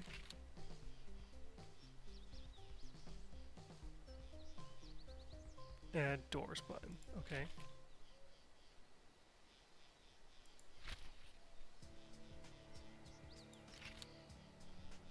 Rotate by pressing R.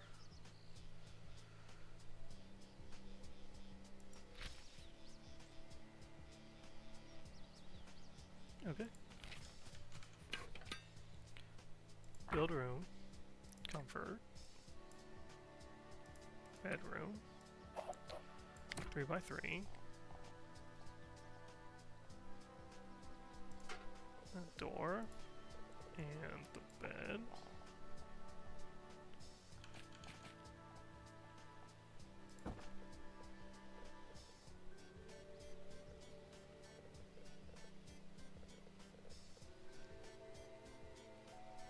Yeah, great room.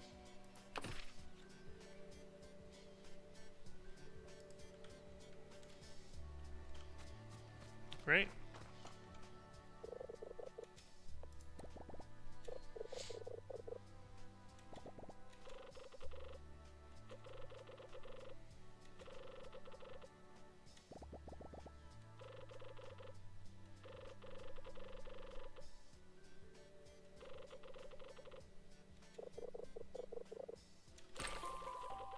Okay, a reception desk.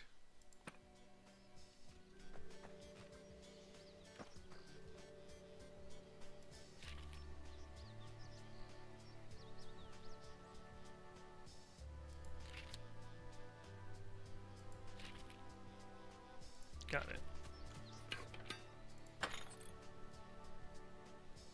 Front desk. Build. Okay. Build room.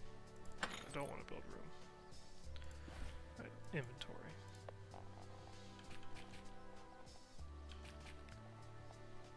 Which way is it facing?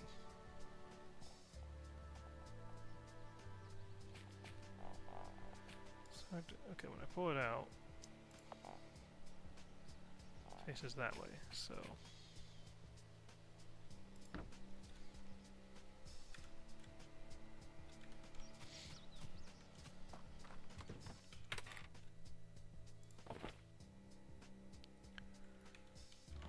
I can stand behind it like this. I think they walk up to it like that.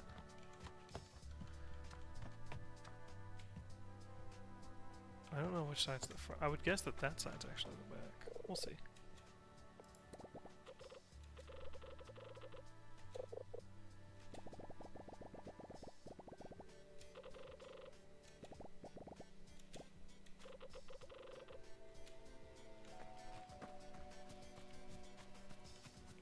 there's like...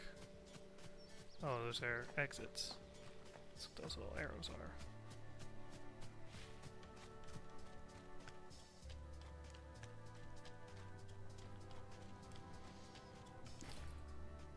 Look at all this stuff.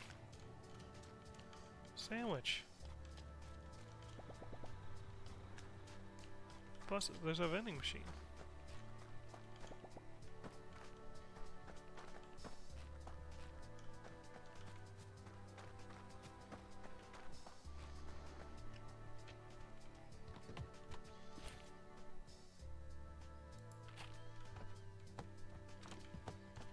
I'm just walking around stealing stuff.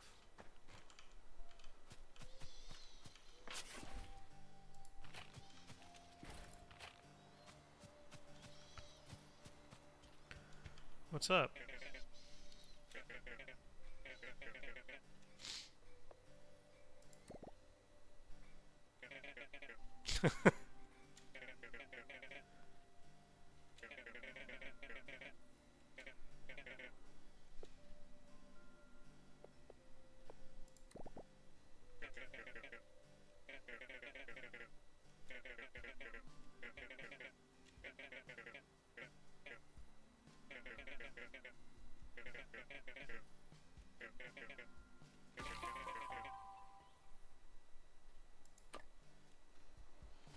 Okay.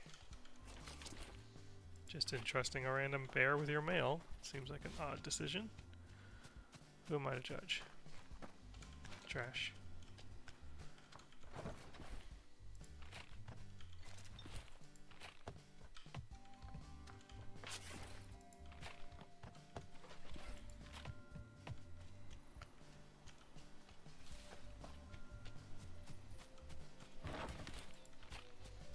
There's so much free stuff.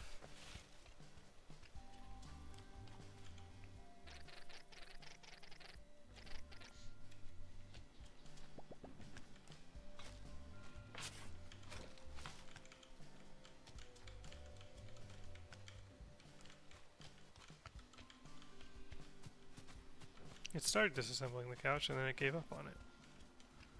What's that about? There it goes. Weird.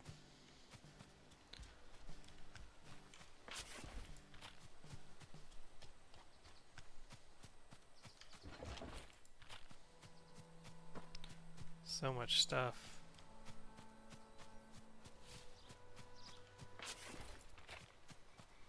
I love it. I have to go deliver this letter and then I'll press the speaker box. Oh, I just saw some wood on the screen. Walked right by it.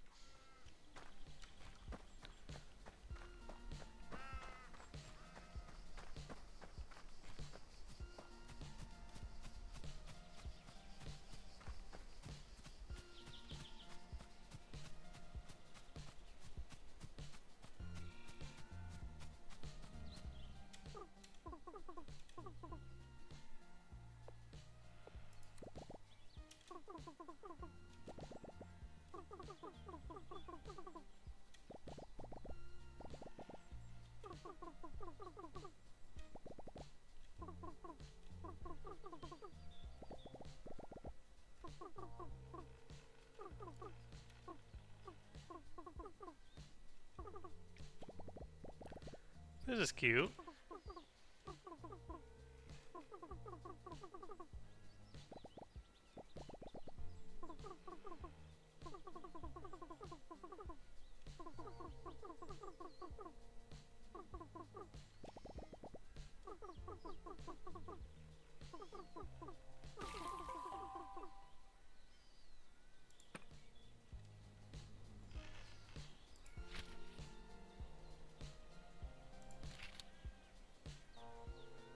Okay.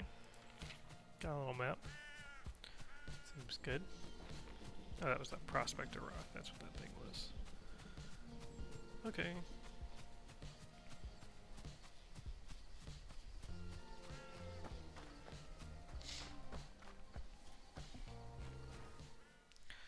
We'll talk to the shark. We'll talk to the man. I want to see just a little bit of this game's like asset management stuff, or like building management stuff before I move into the next game.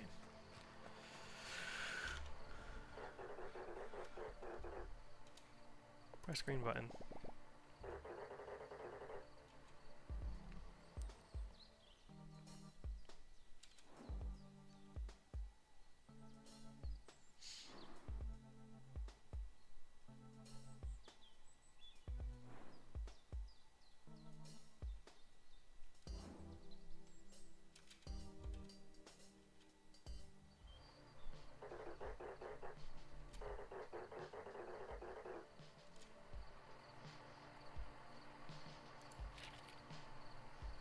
Okay.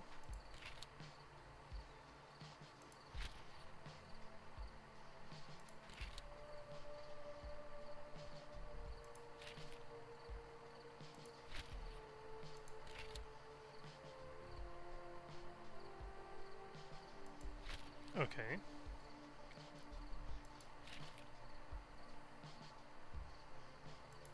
Got it.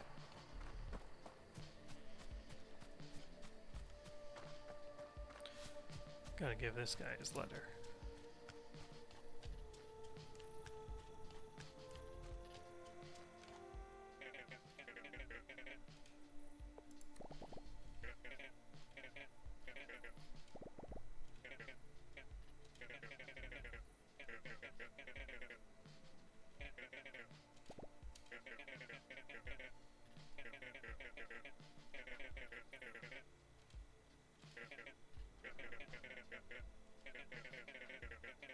Mm-hmm.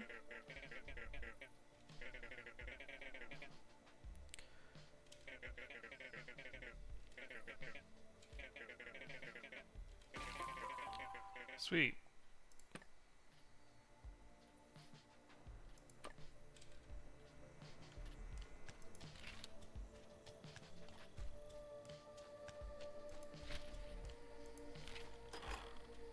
Repair this. Do. New bus station. Wait, I need to accept a guest. Details. Guest requests. She needs a 2 and a 3. What's mine? 5 and a 2. Oh, it's not decorated enough. I wonder if she'll like it.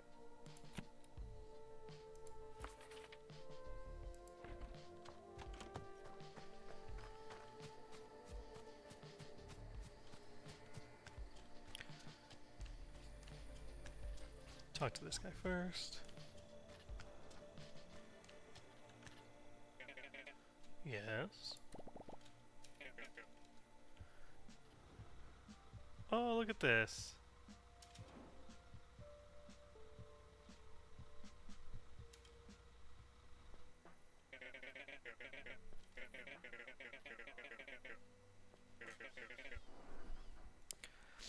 Oh.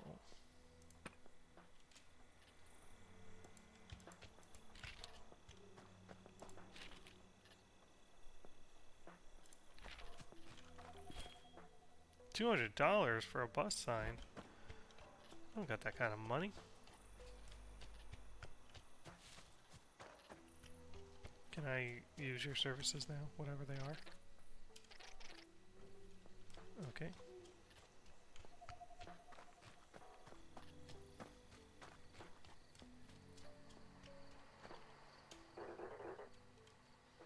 Press green button.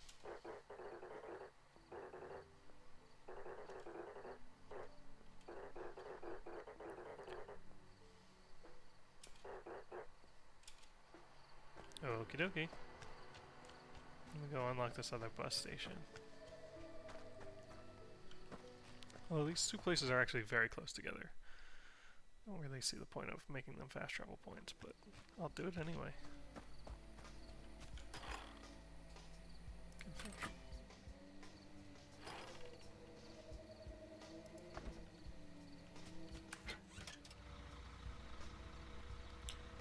Oh, maybe it's actually much farther than it looks, so there's travel time?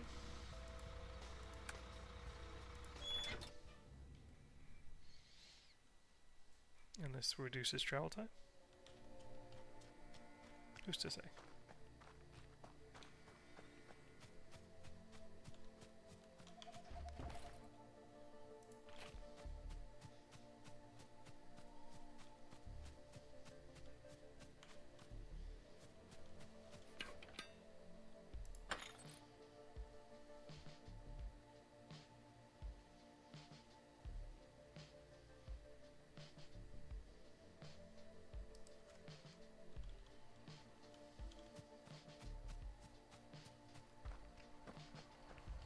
Oh, this has a quest now.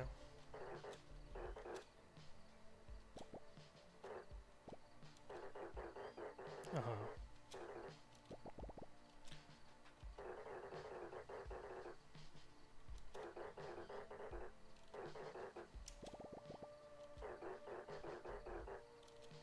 Okay.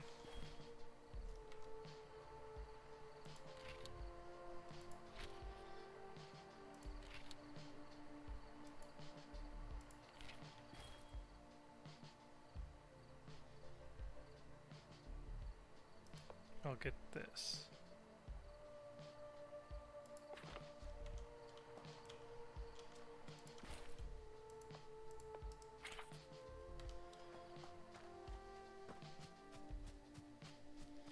Okay. Crafting. Wooden footrest. Build. Inventory.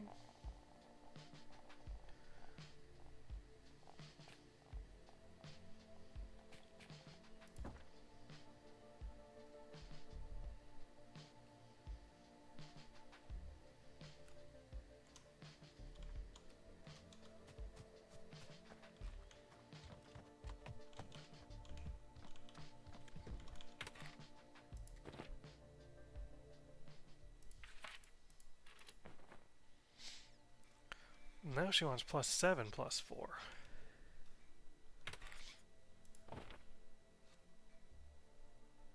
And it's only total +4. I don't know what my comfort level is.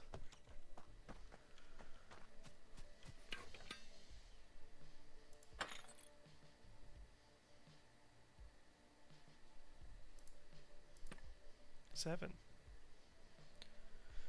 I'll build another one of these. It has to go in a bedroom. I'll just stick it in there anyway.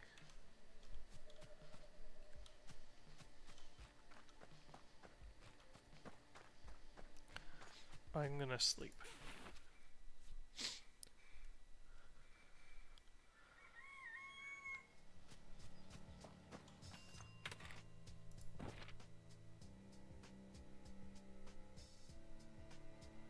Oh, bedroom 1 has +9 +6. Still prestige level 1. Oh my gosh. Look at all these people that want to come.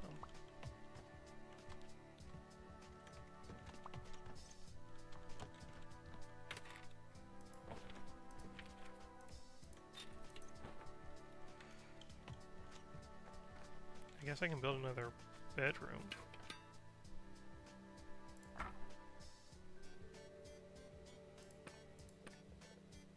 How much money do I have? 110.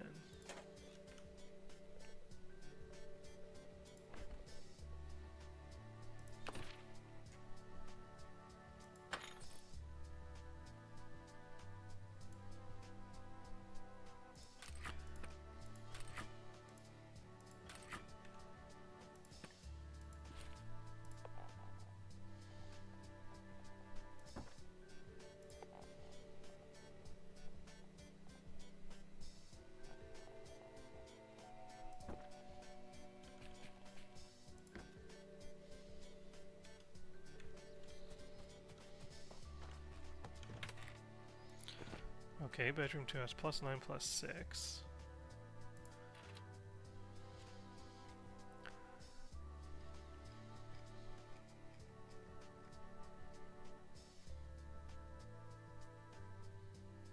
Blanche has the highest standards. So maybe that'll be good.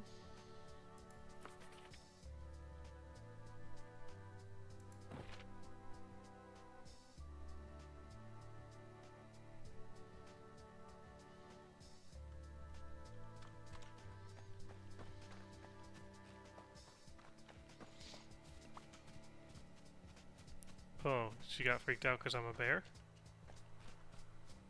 Probably.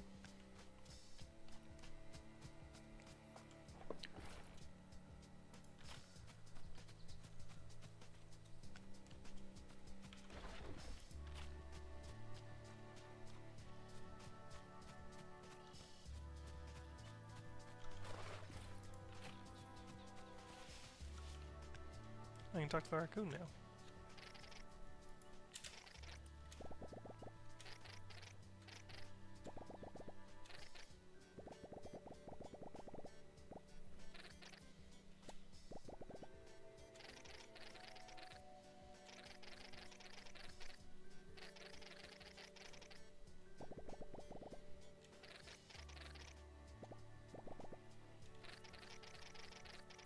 Mm-hmm.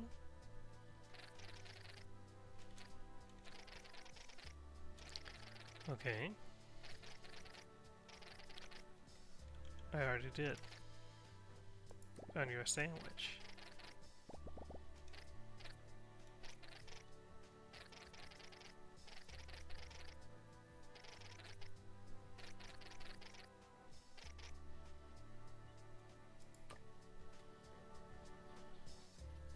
Okay.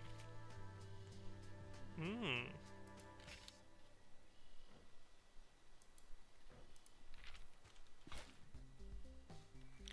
Well, he's got a quest. Let's see what his quest is first.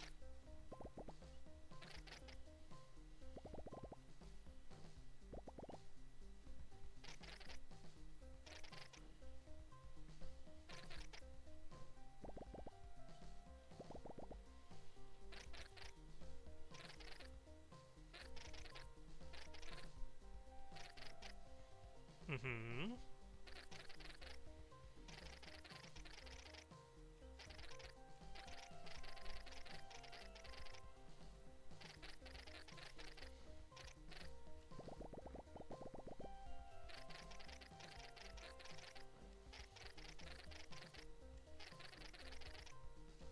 Interesting. Okay. Oh.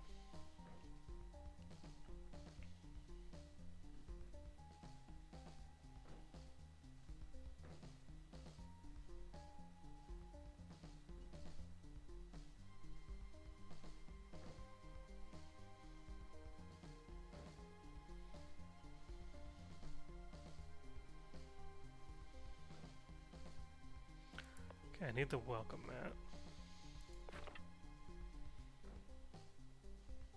I'll take the rug. I'll take the drawers and the mirror. The nightstand. Cabinet.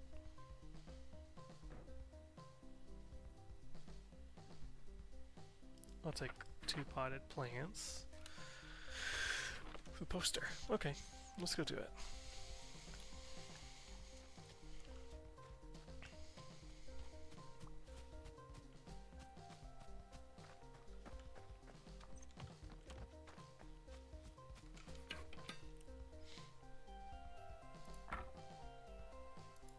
Oh, I just want to place stuff actually.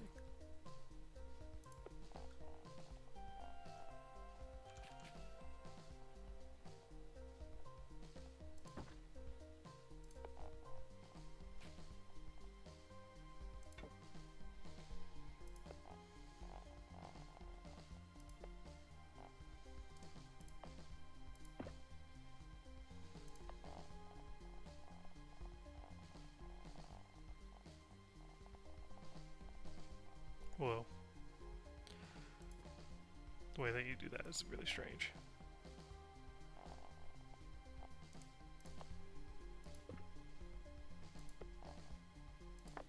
A little plant right outside everyone's room. The welcome. Oh, you can't place the welcome mat in the. That's insane.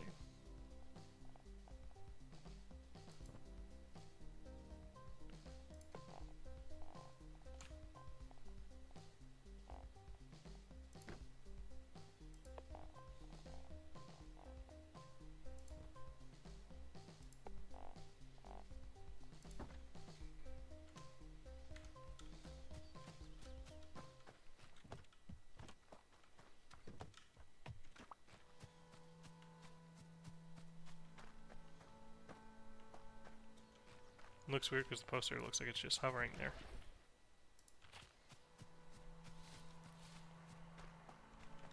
Trash.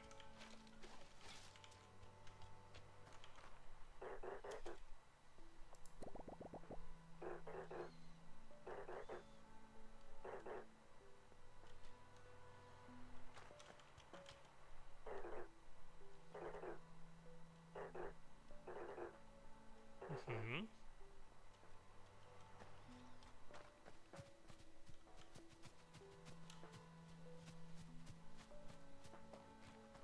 Okay, that guest will be gone tomorrow. So in the meantime, let's talk to you.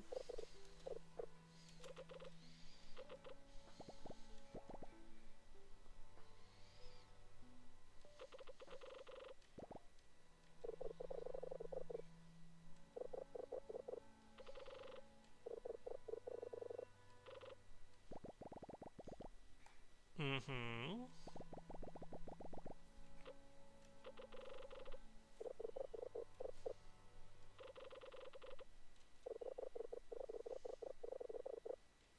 Yeah, I already did that.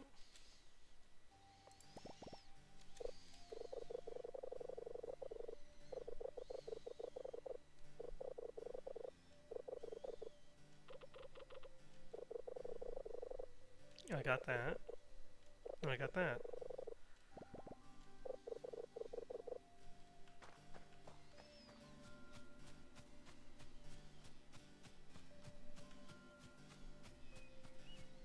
I have to go back to the house.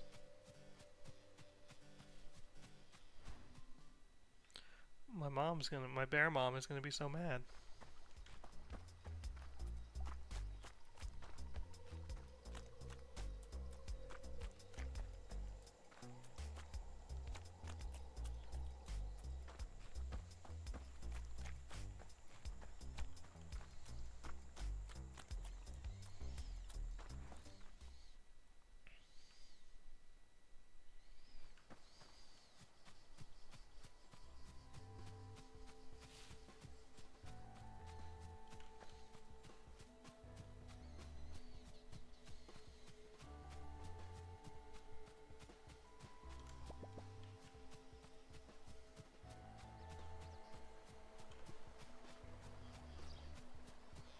I can clear this.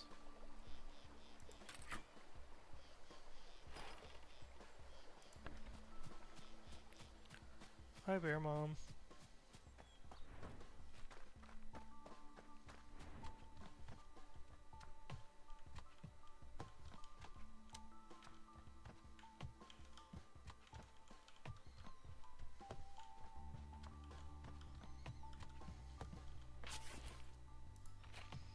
Okay, got the book.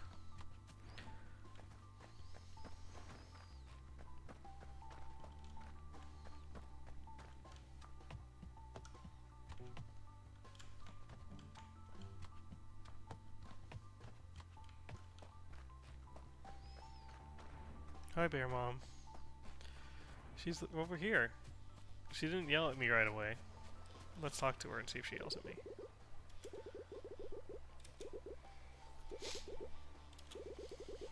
Okay.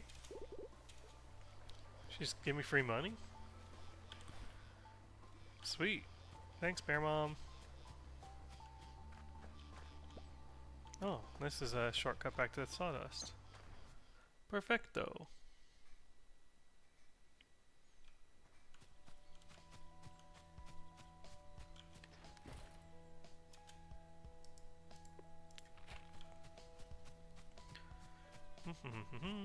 Take more junk.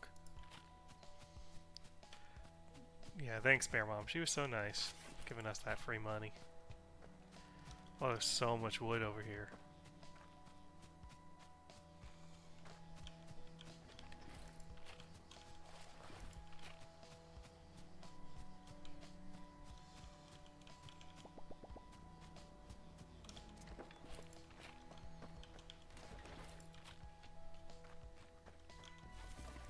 I tell you what, I'm not going to run short on wood anytime soon.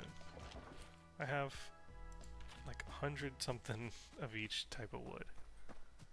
Let's get back over here though and take the bus.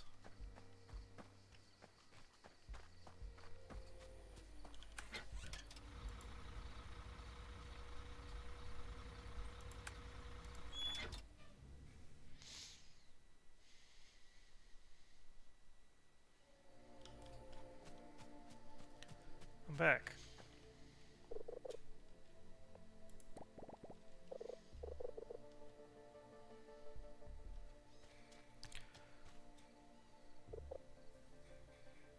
we'll open this up and then we'll probably switch to our last game of the evening, so it's not too late by the time I go to bed, because I know myself in the next game I'm going to play for at least a little while, because it's the best game ever.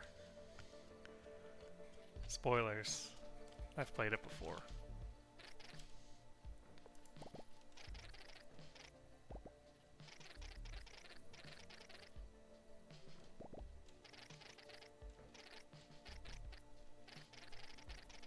Uh-huh. Who's the big cheese?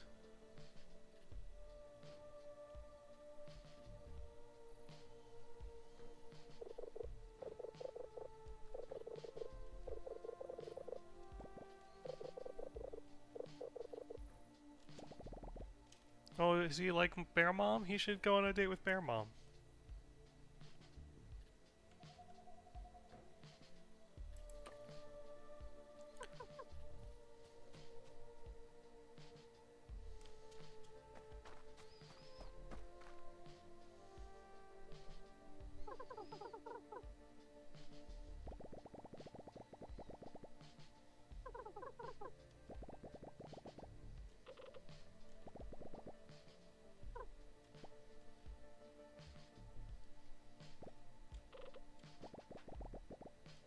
I was just home, like 1 second ago, and Bear Mom was totally chill.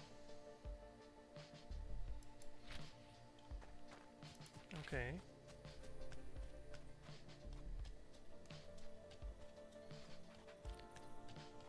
Bear Mom's cool. She knows what's up.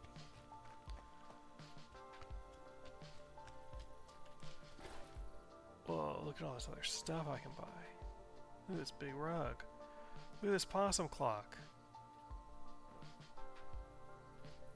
A jukebox? I have to get the jukebox. Oh, the possum clock's 100. Holy moly. Okay, well, I think it's time to move on to the next game. This game's cool. I'm gonna play a little bit more and see what else is going on with it. But for now, we're gonna move on to our last game. So give me 1 second, and I'll be right back.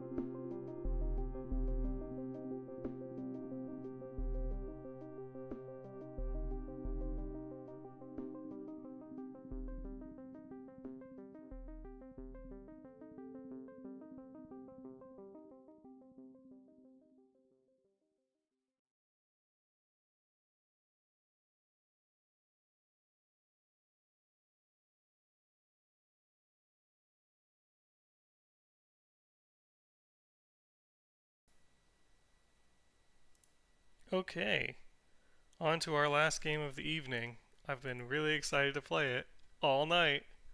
It's one of my all-time favorite games. From your friends at Bandai Namco.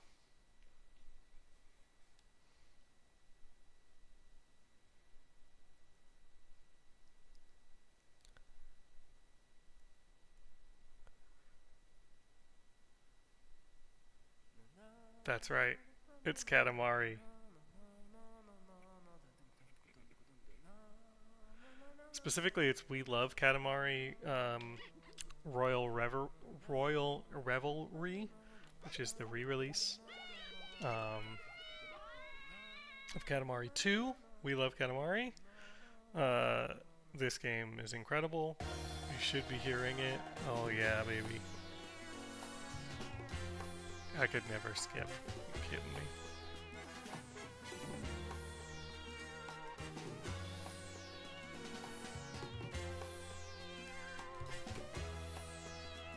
Oh, sorry.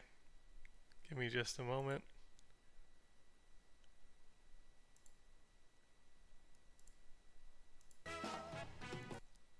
Sorry about that. Sometimes duties call.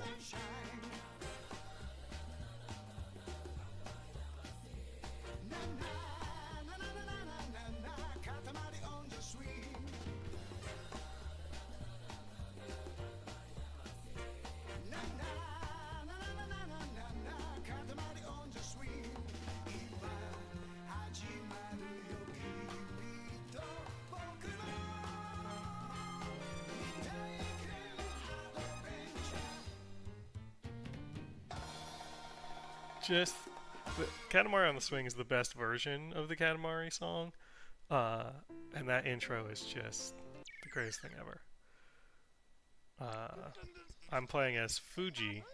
I've got a lot of cousins as options. I've beaten the game, at least the first round. We've got our friend. I think this is Miso. This one here. It's Miso. Yeah. I like Fuji.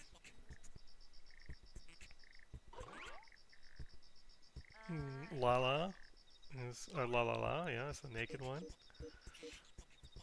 This game is the best game ever. Okay, so I need to remember which one. I think it's this guy that wants the money.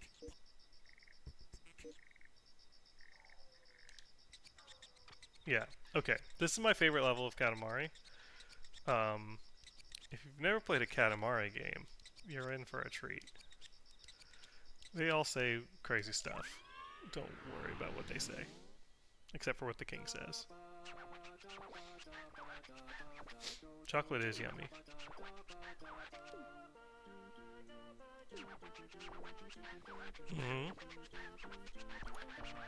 Truffles are just heaven.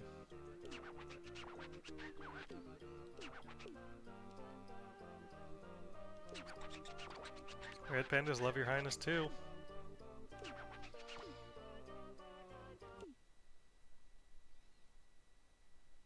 You can control his head a little bit, but it loads so fast that you don't get as much control. Alright, the reason I like this level is because you roll up stuff and you win based off of how much money your Katamari is worth at the end.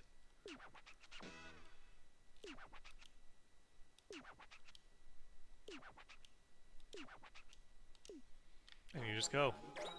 If you've never played a Katamari game, you're missing out. You roll up stuff, and you get... Normally, the normal standard game mode of Katamari is your ball gets slowly bigger and bigger and bigger as you roll things up. And then, when it's big enough... At least that's a funny thing if you get all these bowling pins. When it's big enough, then you beat the level. Instead, this one wants you to go around and get things that are worth a lot of money, like that emerald is worth $6,000.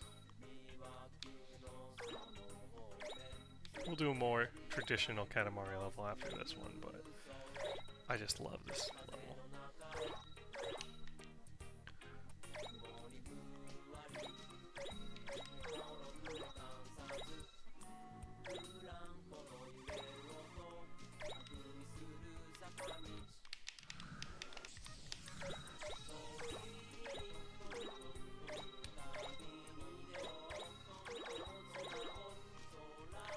The secret to a lot of Katamari levels is to always be moving. If you're stopped or you're trying to figure out what to do, or you're bumping into too much stuff because you're too small for a certain area, you need to just keep moving on to something else. Like these cash registers, $200 each. Snag those boys up. Look at that thing.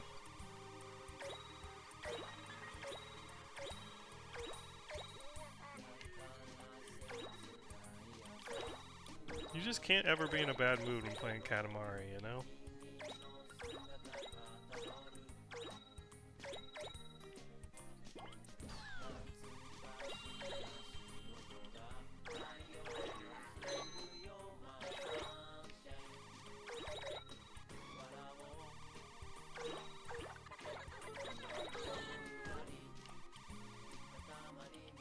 So, in Wii Heart Katamari, the main difference, or one of the things that's different from the first game, is that you're rolling around and you get your cousins and you get presents in each level, and then you can play as the different cousins, and the presents you can put on your character, and then they'll wear them as they roll around.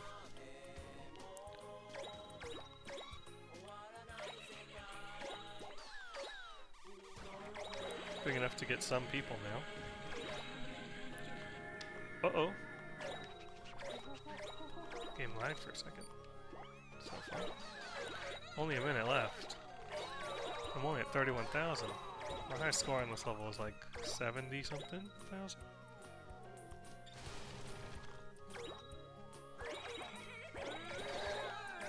Look at that guy's freaky long arms.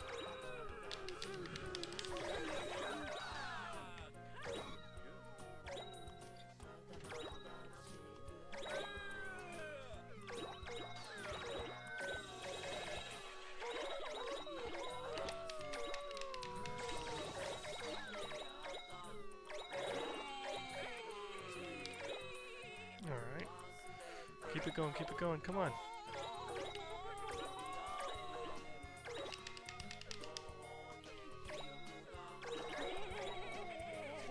Go! 71. 71,699, that's not terrible.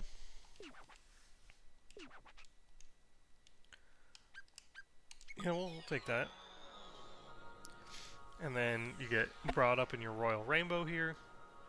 You're judged harshly by the king. And then if you beat your high score, it becomes a new star or new planet. If you don't beat your high score, he destroys it and turns it into stardust.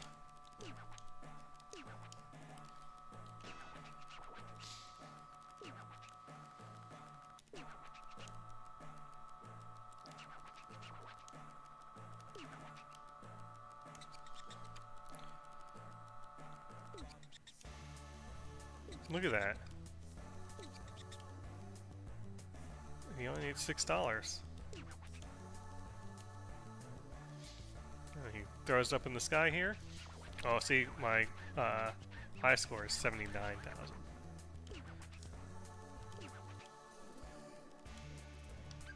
Turn it into planet dust. Shoots it with his laser eyes. Now it's planet dust.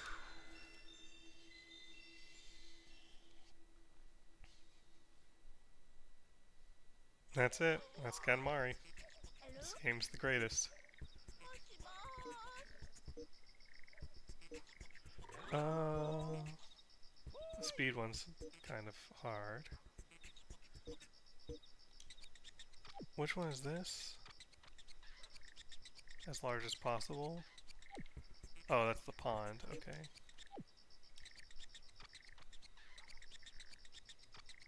That's the fire. Oh, so there's a bunch of cousins here that I haven't gotten before. There's a present I haven't gotten there before. Let's do this one. This is the largest. I think this is the last level. Yeah, play.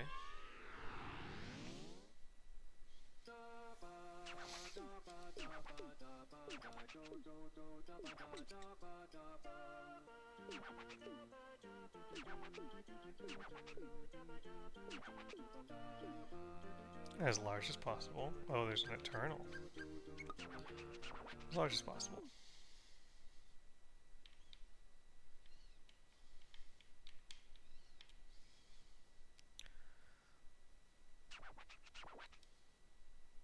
Alright.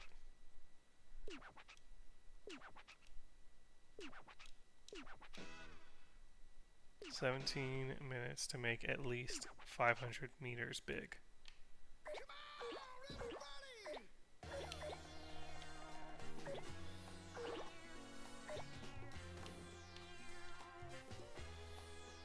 Get all these Darumas.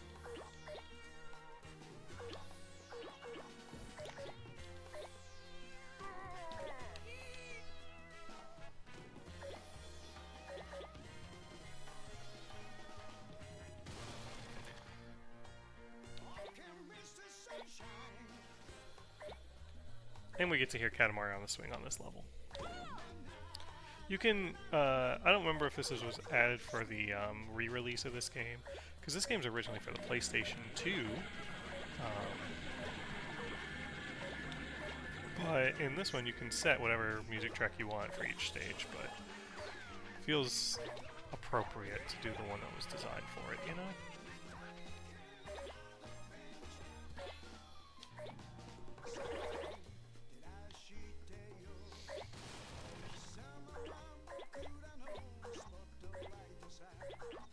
Man, this game's so good.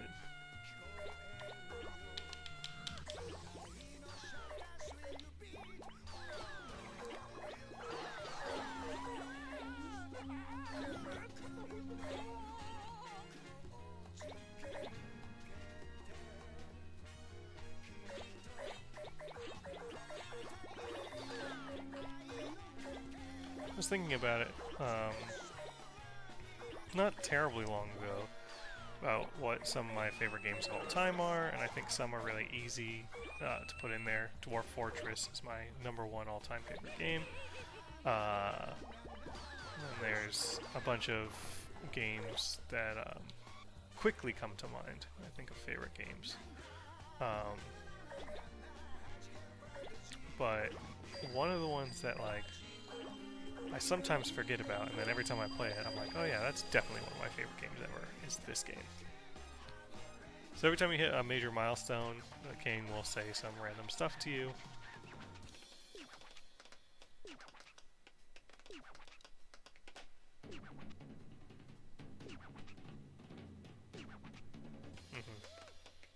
And then he tells you can go to a new area. Generally speaking, if you go to a new area right away, you're going to be in trouble because there's only some stuff you can grab there. If you spend a little bit of extra time in the previous area being a little bit smaller, then you will be big enough once you get in there to roll up a lot more stuff. And be able to move a lot quicker. But eventually we'll be rolling up this entire area.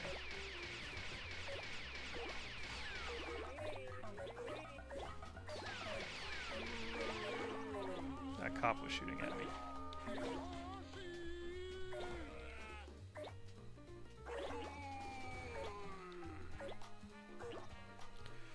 In the bottom left, you'll see all the stuff that I'm rolling up. If you see anything in rainbow font, it means I had not rolled it up previously.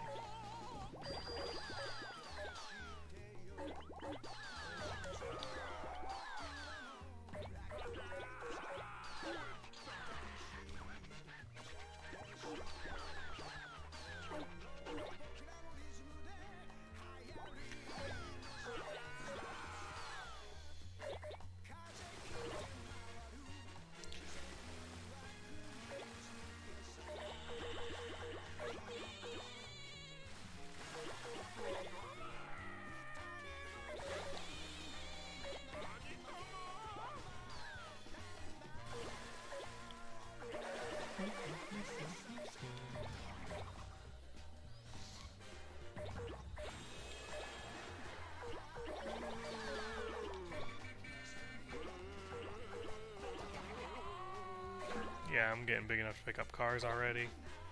We're in good shape here.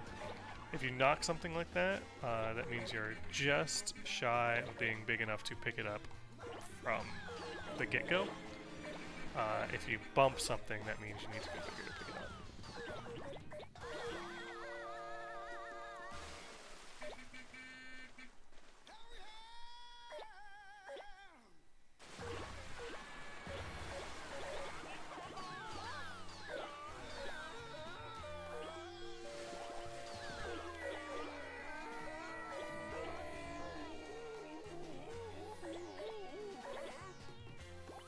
So sometimes you need to be a little bit smaller when you enter an area to get under somewhere. Like there might have been something in that tunnel that I could have gotten. Like one of the cousins or the presents that was hidden. And I'll never know now.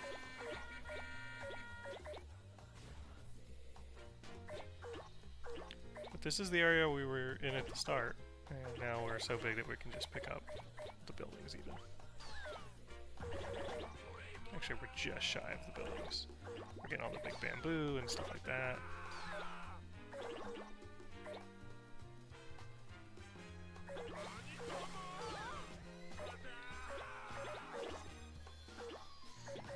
I'm getting the log buildings.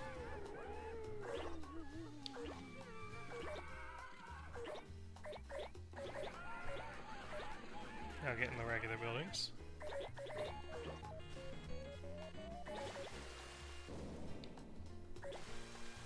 I picked up an arcade machine that made the Pac-Man noise. This is a Bandai Namco game, so makes sense. King's already sending me to the next area, and I just barely started picking up stuff in this area.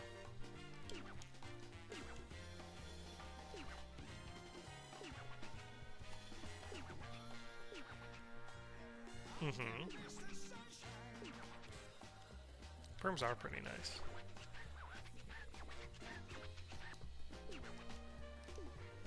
Okie dokie, do your best. Thanks, King.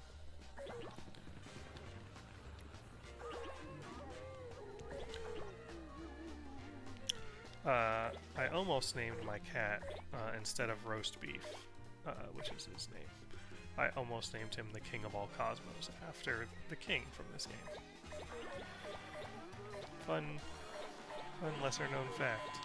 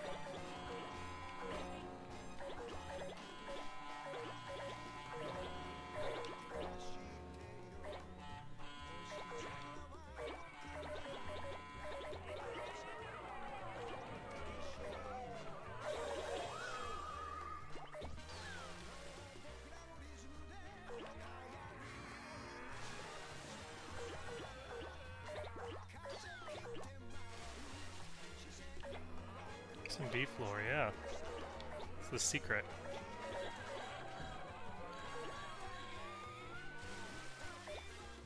Now you know.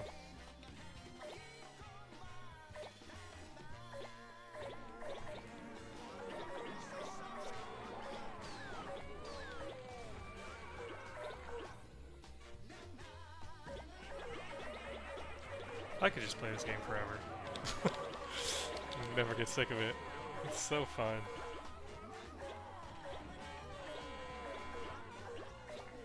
Just roll around picking stuff up. What's not to like?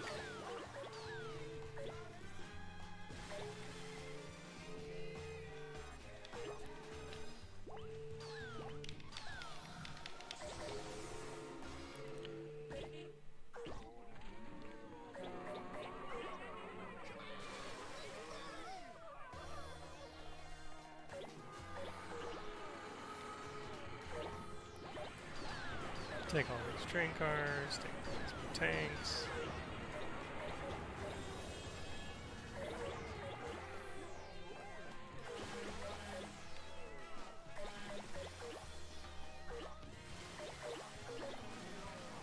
We're gonna be big enough to get one of these islands pretty soon.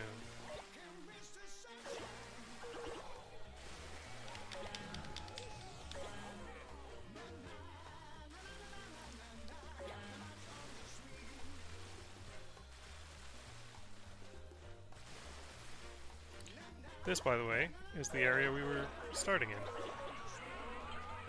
For some perspective.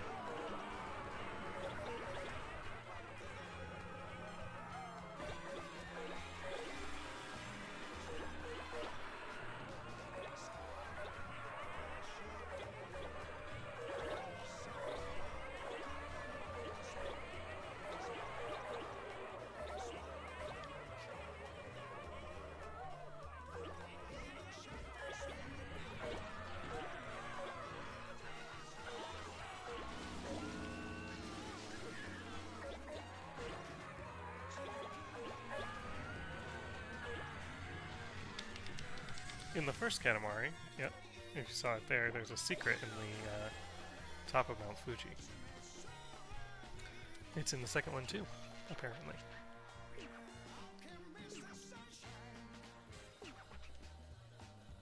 Yeah, become an adorable panda. It's a good idea. I can get in there now. Roll up more buildings.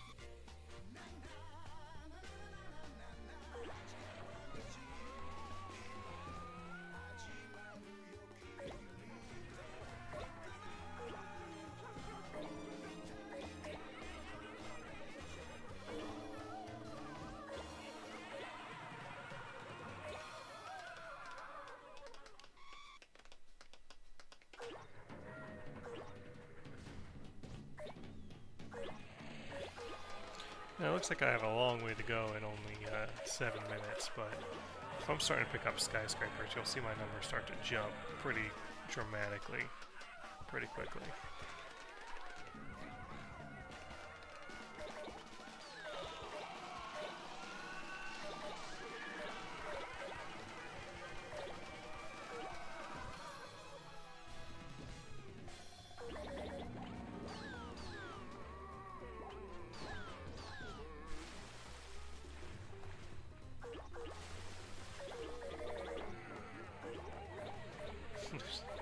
Mount Rushmore. Not big enough to pick up a face of Mount Rushmore yet.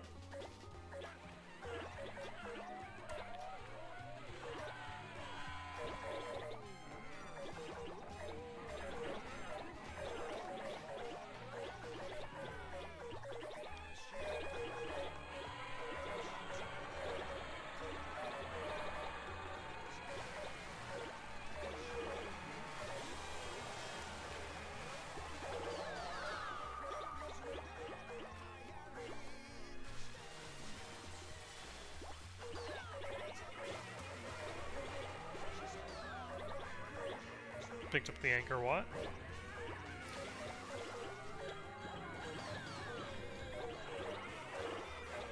Picked up the Eiffel Tower. Picked up the Colosseum.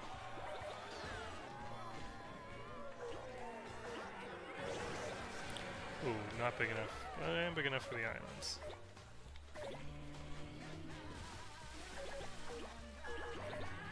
I picked up pieces of the Great Wall.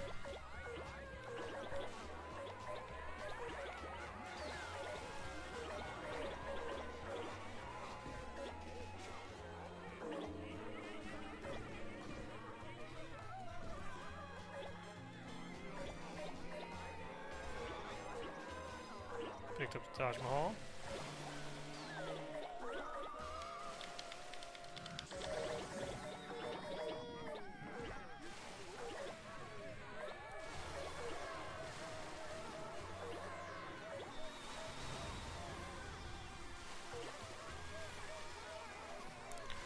You get that something's coming notification if a thing is going to bump into you that is big enough that it will knock stuff off of your Katamari.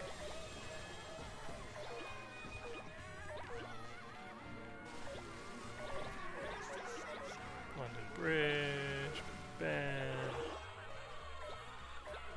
Not big enough for the Golden Gate yet.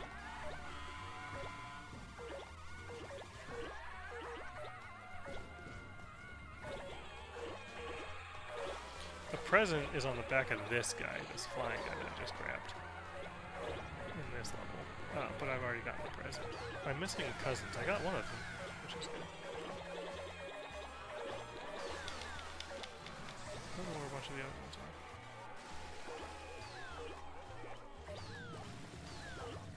These aren't islands. They're sea turtles.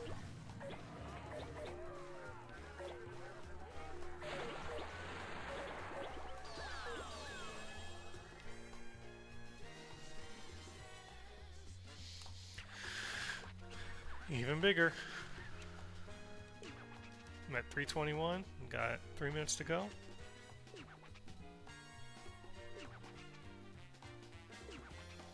Yeah, that's right.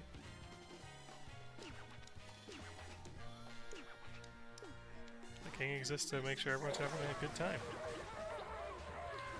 Gotta get the Nazca lines over here.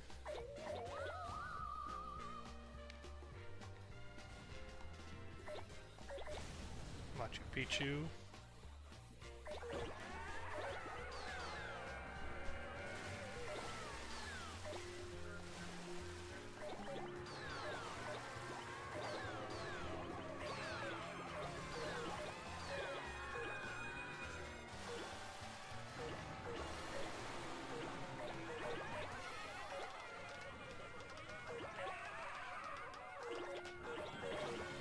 Alright, starting to pick up all these desert islands.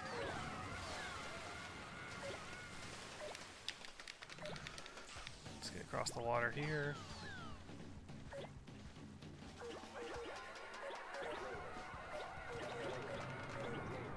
Oh, there's a cousin.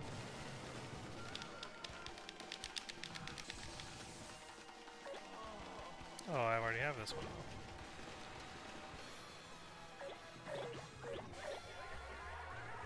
He's not one of the ones that's specific to this level. What about that cousin?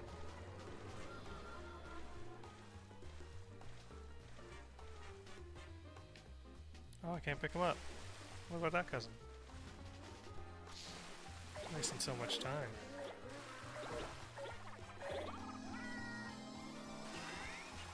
Alright, I hit 500, so I'm not going to lose the level.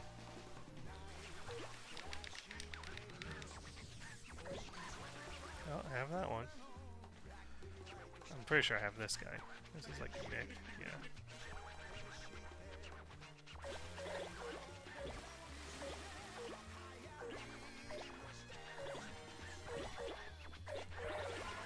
That's the queen. Walking around. That big thing.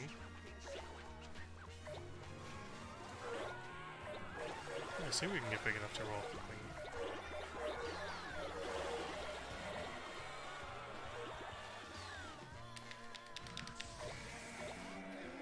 I got this cousin standing on top of me.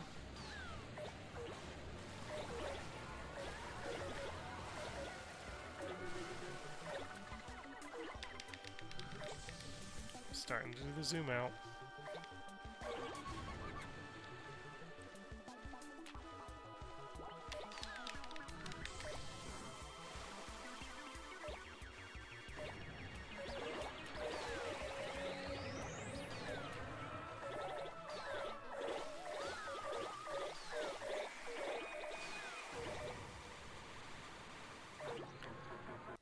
$1,017. Not the best, but pretty good.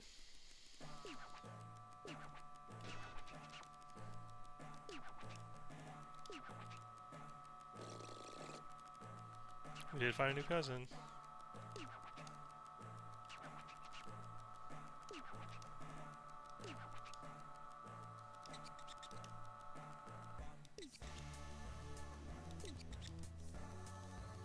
not worth looking at. Dang. Harsh critics.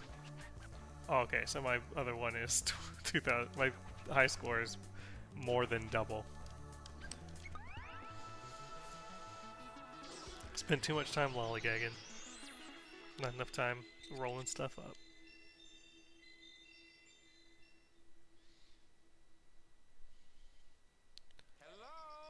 Hello. This mushroom head one's also cool. I forget. Kanoko. I'll be Kanoko. Where's the... Oh, that's the paper cranes one. Is this... This is as large as possible, too. Okay, we'll be this one. Because this is one of the ones that you start really small.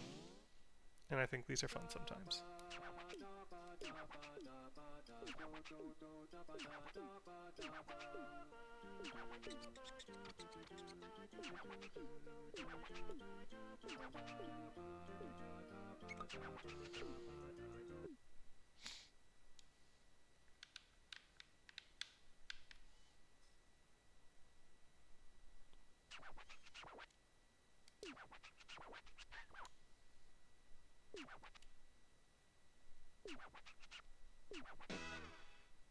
Six minutes to be 40 centimeters.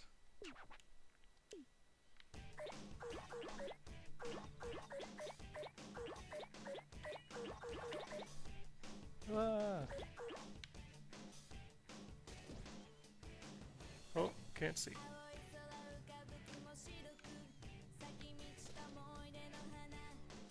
Oh no, I've made a bad move. Nothing for me to grab there.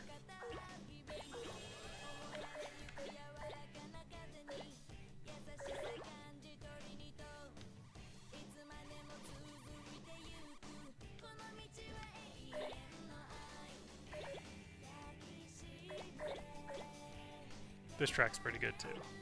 All the tracks are really good.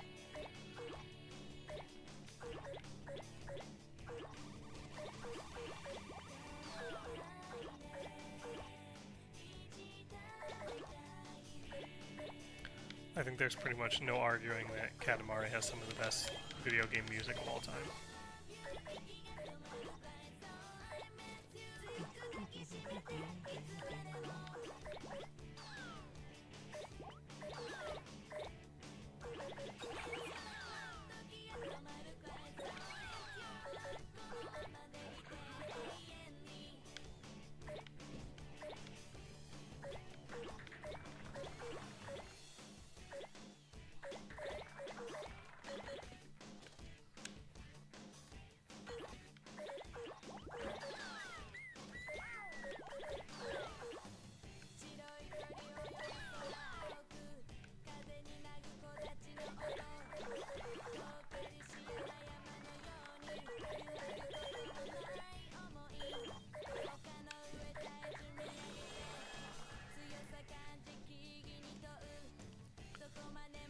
Alright, first milestone of the level.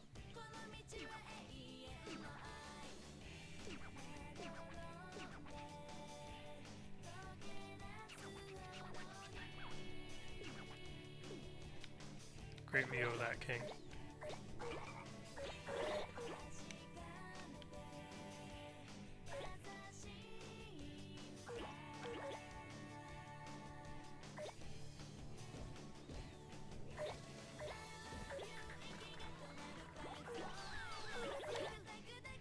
Let's just go straight outside.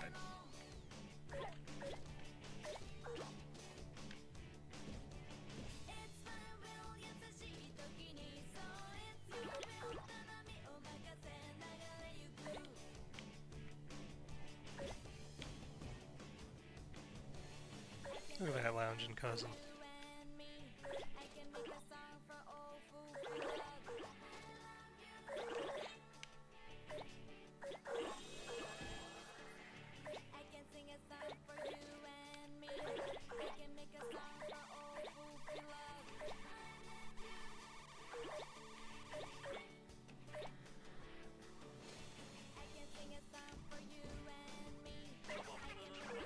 Ah, I didn't have that cousin.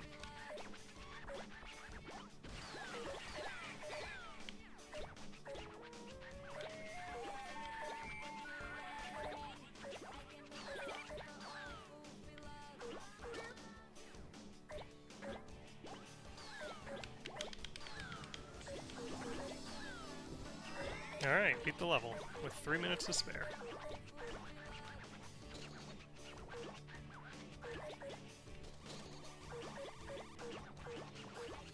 Okay, I got knocked down that ramp, but it turned out pretty okay.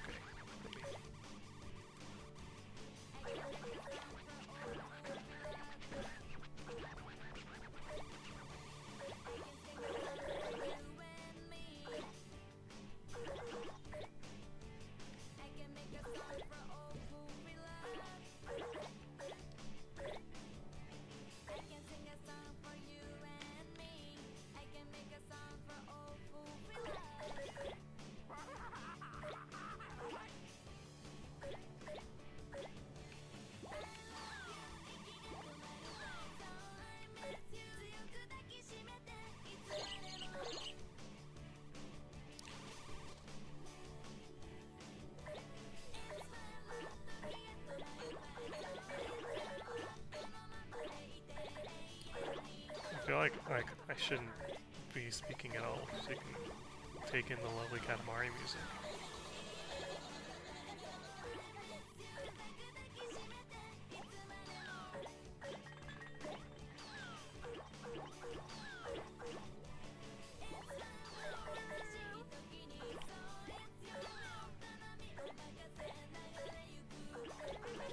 Look at those ducks playing the trumpet.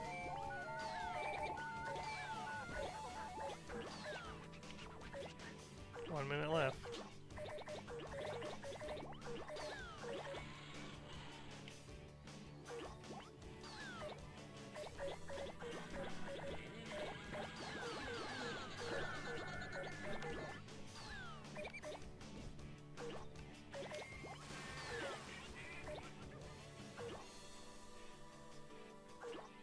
Seconds.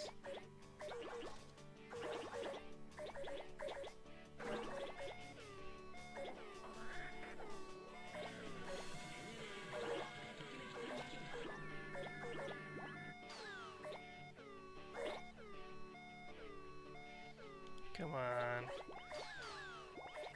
Get just big enough to get the girl from the first game. Nope.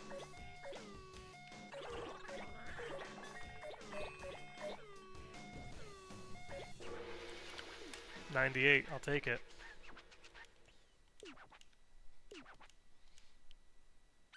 No, we're good. Oh, I accidentally hit one more time. Well.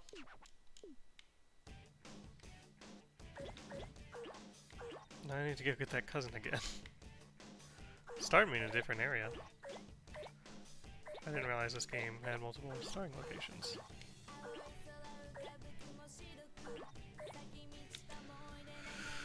Oh, that's a little annoying. Oh well. Down I go.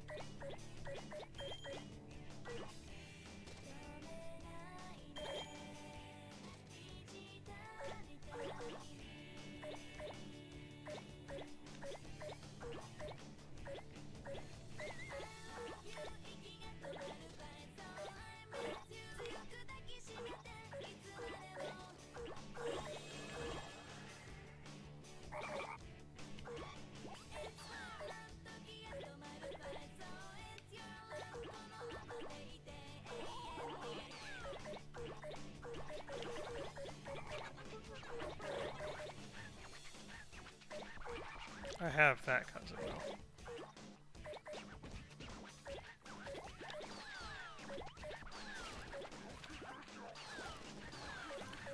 Oh gosh, I was stuck between these two things. I was knocking a bunch of stuff off my Katamari.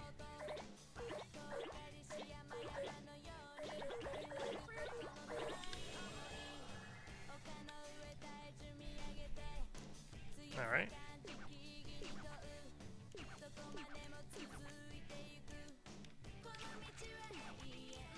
Big enough to go out there.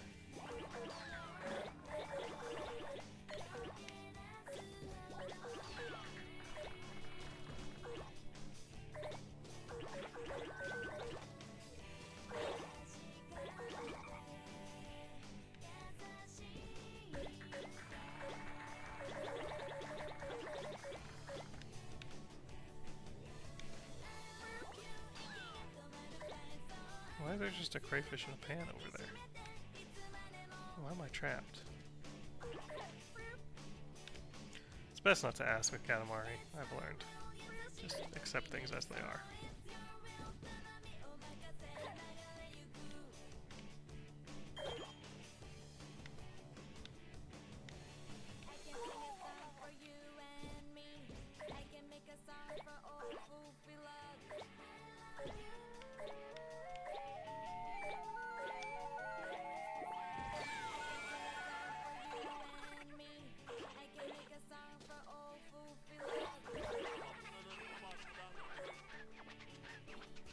Okay. I got the missing cousin.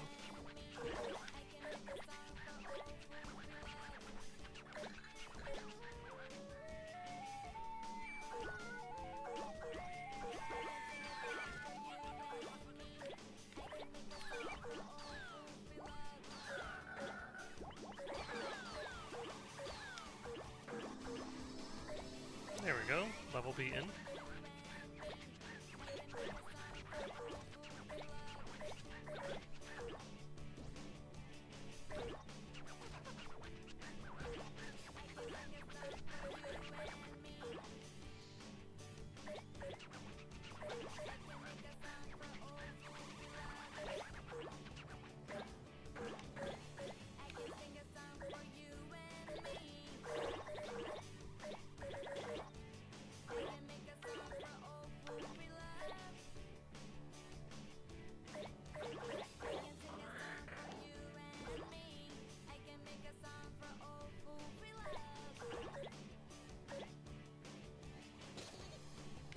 Still not big enough to get that lizard, huh?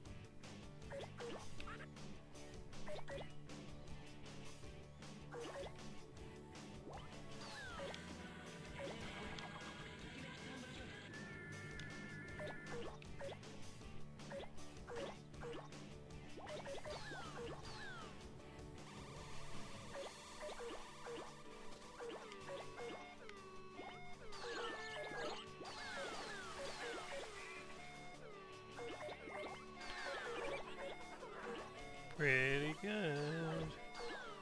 Not as good as last time though. Last time it was 90 something, right?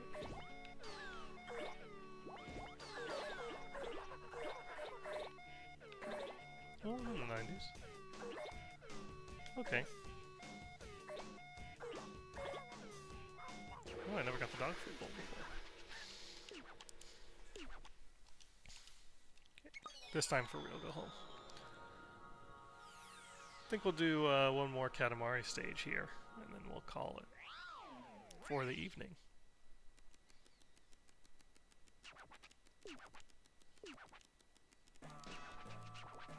New record.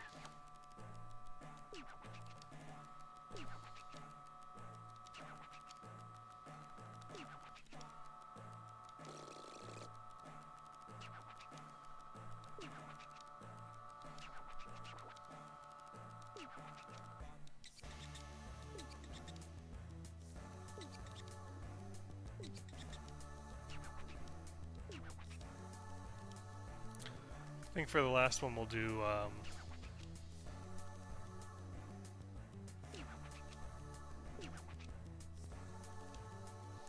yeah, so this one becomes the planet.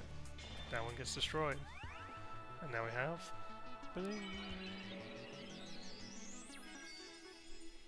And we got a meteor. You get the meteors if you beat the the goal in a set amount of time. That's the cranes. That's all the cousins. Which one is this? Clouds. That's the candy chocolate one. This is the fire. Oh, this is the presents. I can show you the presents. So we've got headphones, a giraffe hat, ribbons, a flower, my Mount Fuji hat, mushrooms, an antenna, peacock feathers, ooh, a horsey, the camera. I like the camera usually. Peacock feathers are alright. The horsey's pretty good though. I might do the horsey. A little purse, and then a trumpet, glasses, a wig, a royal mask, or a long nose. Let's put the royal mask on there. Oh, you can only have either a blue or a green. Horsey Mount Fuji hat. I love the Mount Fuji hat. It's so good. Okay. The one that I would like to do is the... Which one is this? Oh, you have to get it the right size. That's the sun. That's co-op. That's flowers. This is the one, the fireflies. I think this has the most beautiful music, but we gotta put on, or the most beautiful area, but we gotta put on. Oh, do they not have it in this one? I guess not. Loving Spirit.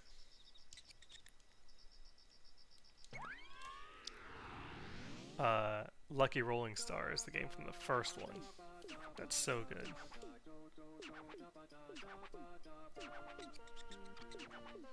This level is beautiful though. You just roll up fireflies.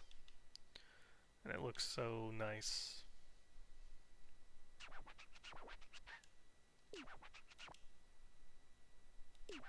And when you feel like you're bright enough, you come back to him.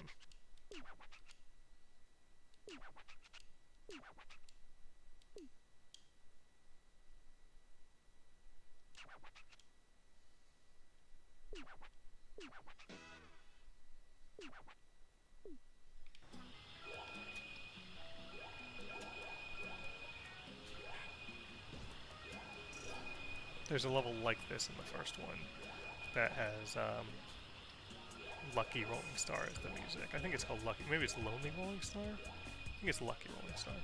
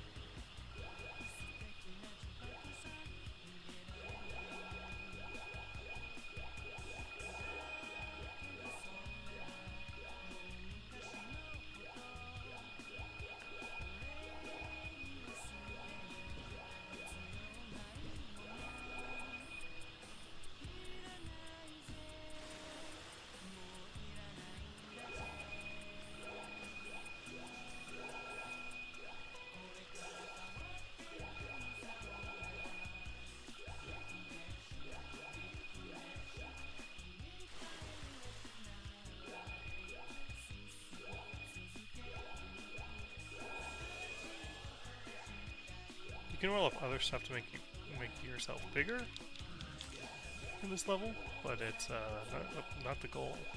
That's the thing that's like kind of interesting about Katamari 2 over Katamari 1 is every Katamari 1 level is about either roll up the like get yourself as big as possible, or it's roll up a specific type of thing, the biggest type of a thing that you can find. For example, a bear to complete the Ursa Minor constellation. So this one's interesting that they have some other options. Game modes, I guess you could call it. Slightly bright.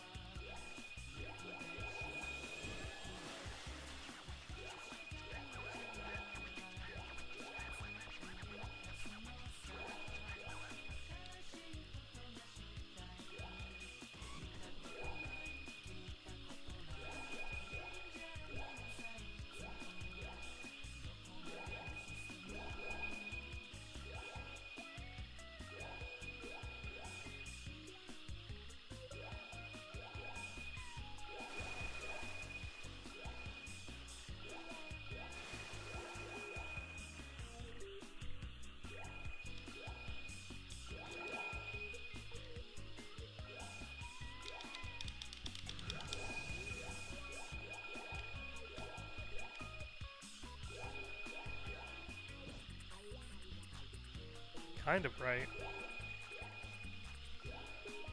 So bright.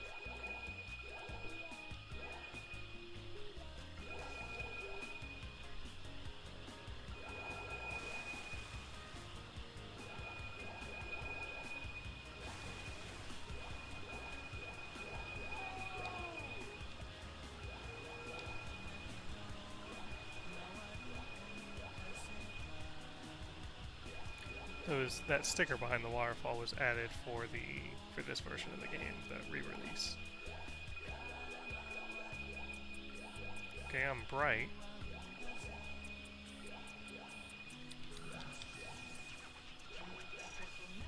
I think I can be very bright.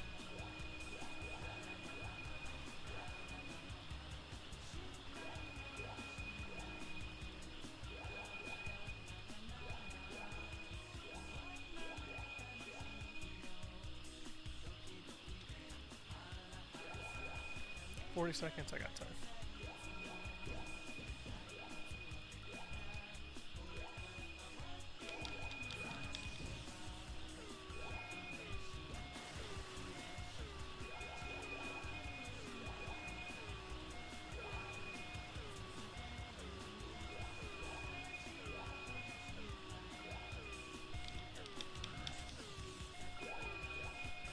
Oh yeah, very bright. Got it.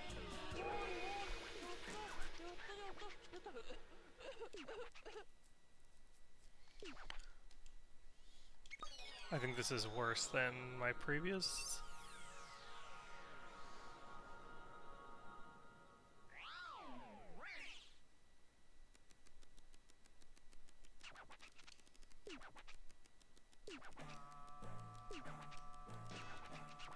Oh, new record. All right.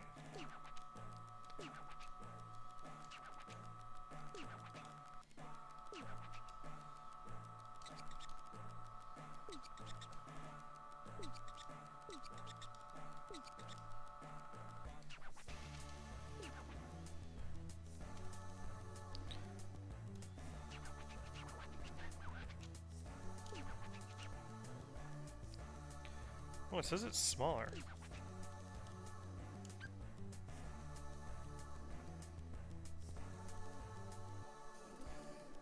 But it says it's a new record in terms of brightness. Gotta have the one that's the record.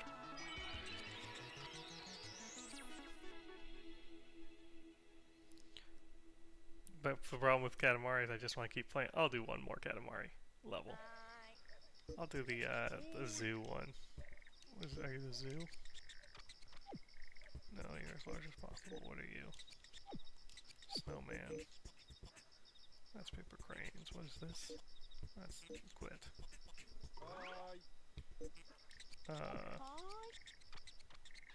Cows or bears?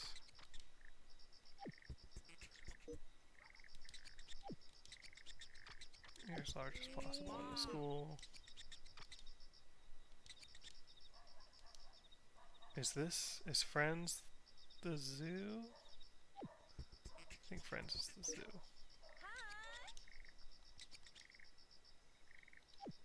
Roll up 100 things as fast as possible. Save the earth.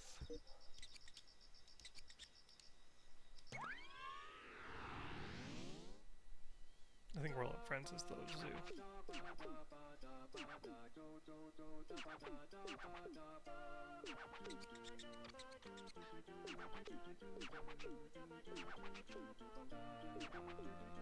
Mm-hmm.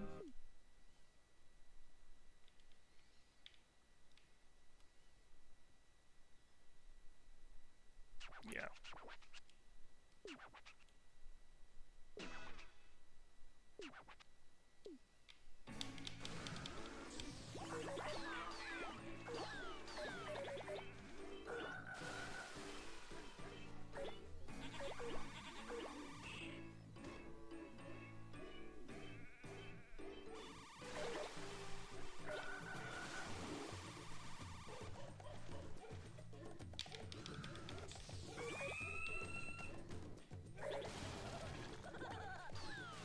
I don't have that one.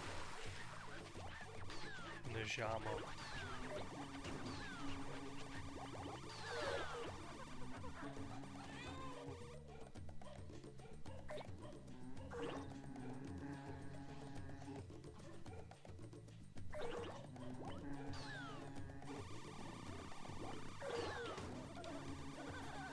I never got a koala before. Interesting.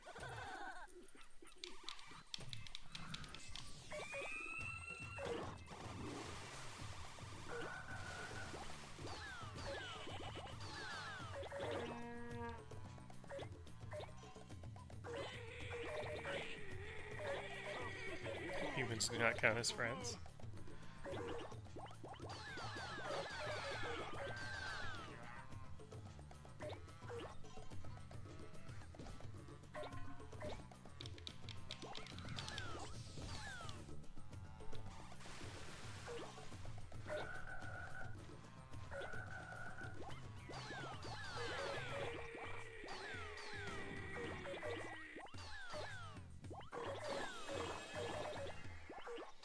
This is a really easy level to beat, but if I remember right, the highest score is pretty hard on it.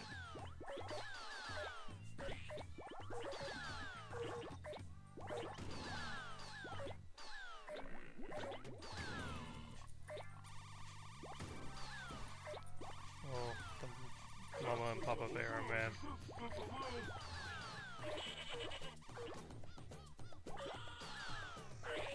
Oh, I never got a crow before.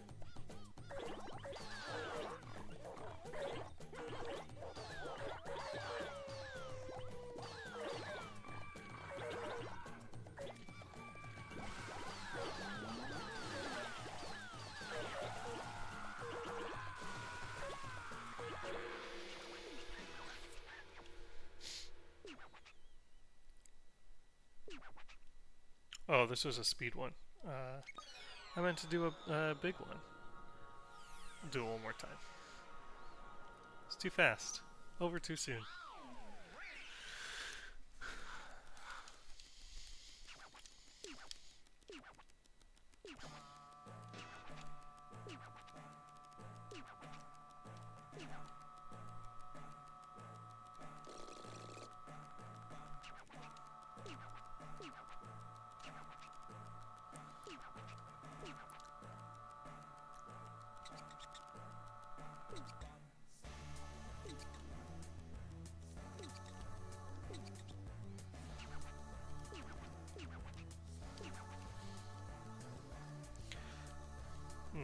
You get a satellite, like a moon, for doing the time trial levels.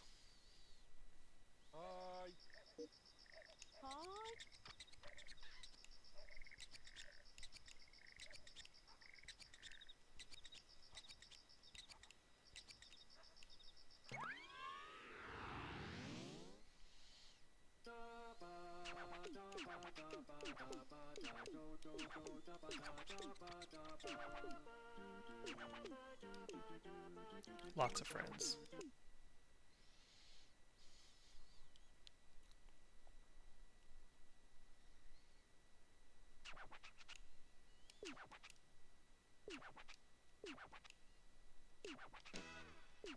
8 minutes. Alright, here we go.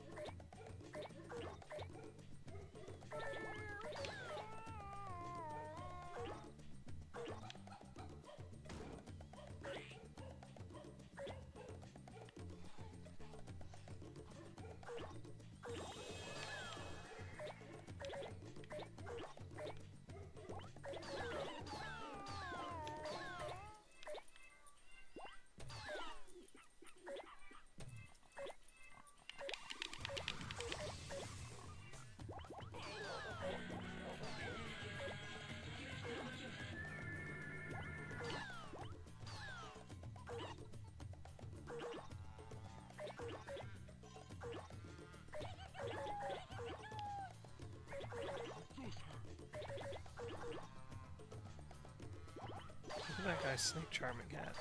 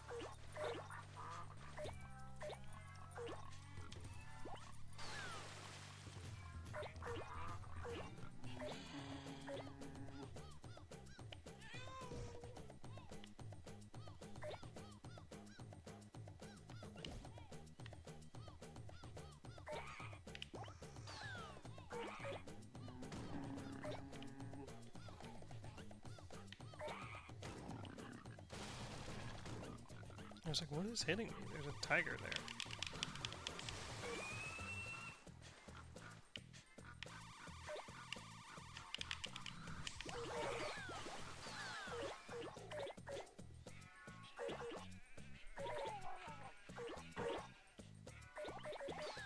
Alright, now we're cooking.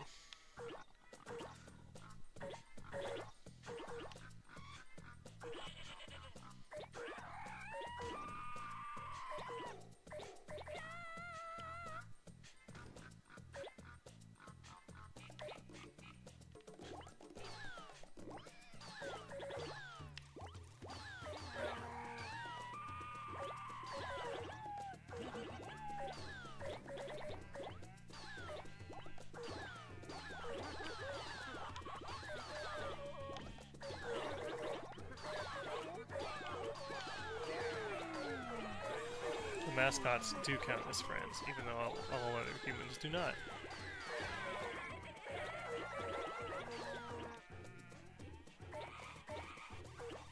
Oh, I'd never gotten a peacock, huh?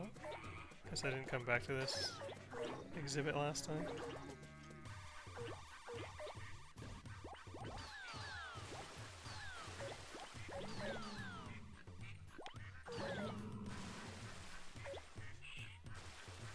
Not big enough for the crocodile.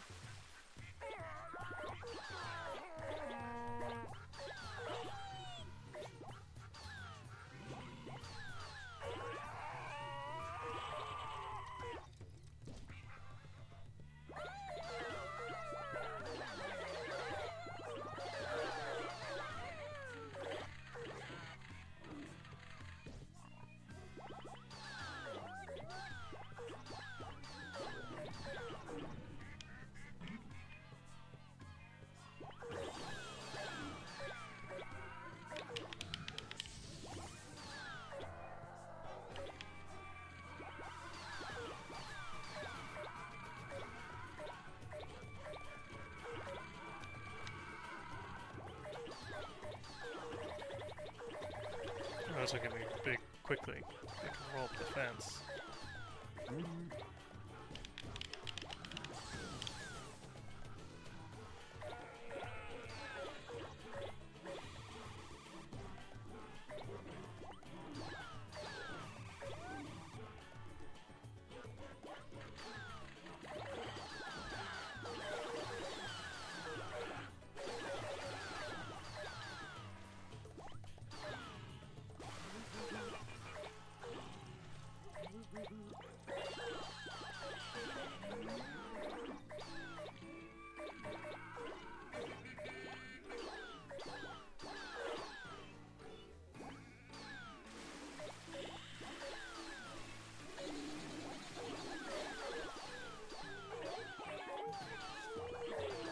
There's a clown standing on top of my Katamar.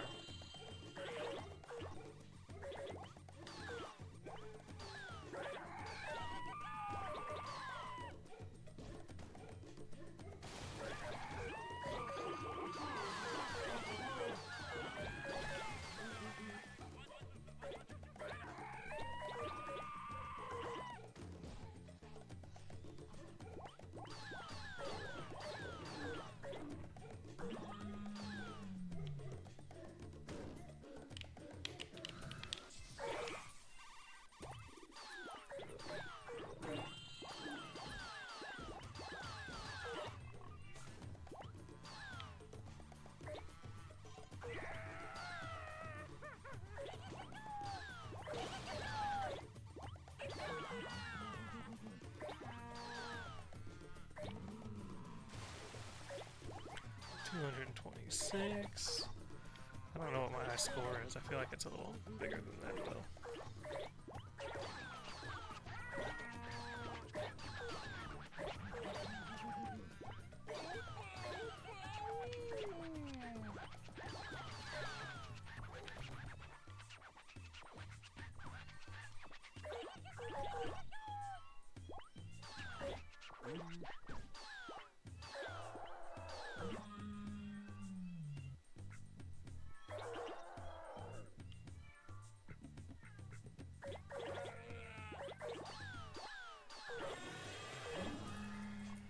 $251. I feel pretty good about that.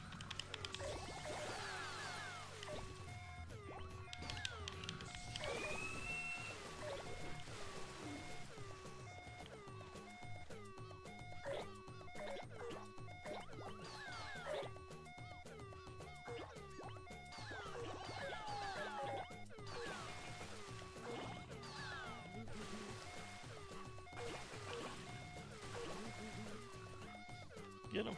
Get him. 265. I feel good about 265.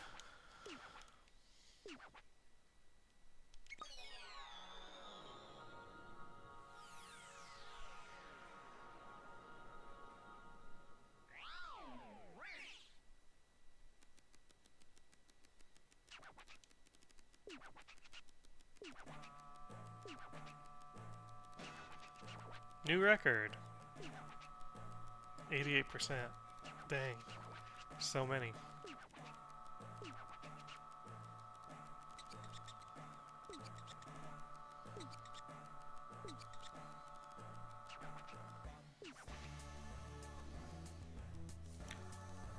All right.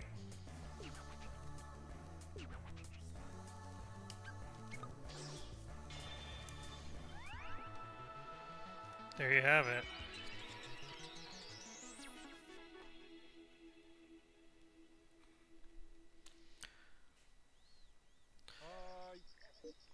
Okay, so that's going to do it for today's stream. Katamari, as always, excellent. Let me bounce to the ending screen and we'll wrap things up. Give me just 1 second.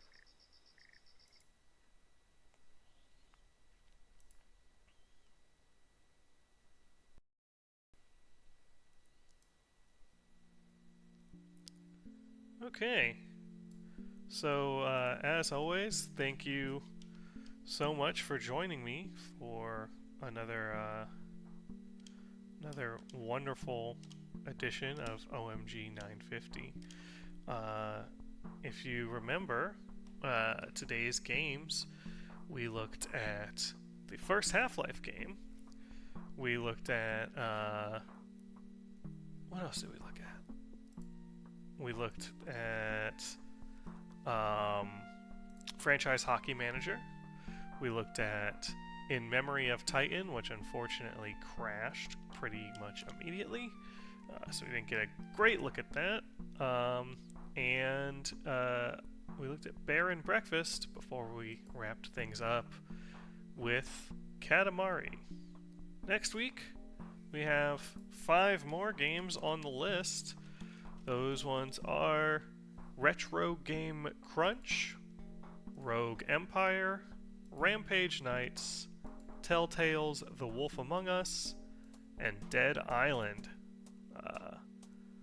I've played Wolf Among Us before, I think. Pretty sure. Yeah. And Dead Island, I think I played for the Xbox 360, but these other games will be new to me. So that's exciting. I don't know really what to expect from Retro Game Crunch, Rogue Empire, or Rampage Knights. But we're gonna play through those and get them on the record here, and by that point we'll have done our first 50 of the 950 games, which is really exciting. So thanks very much for joining me, and I'll see you next Monday. I'm gonna leave you with the fade out music. Bye bye.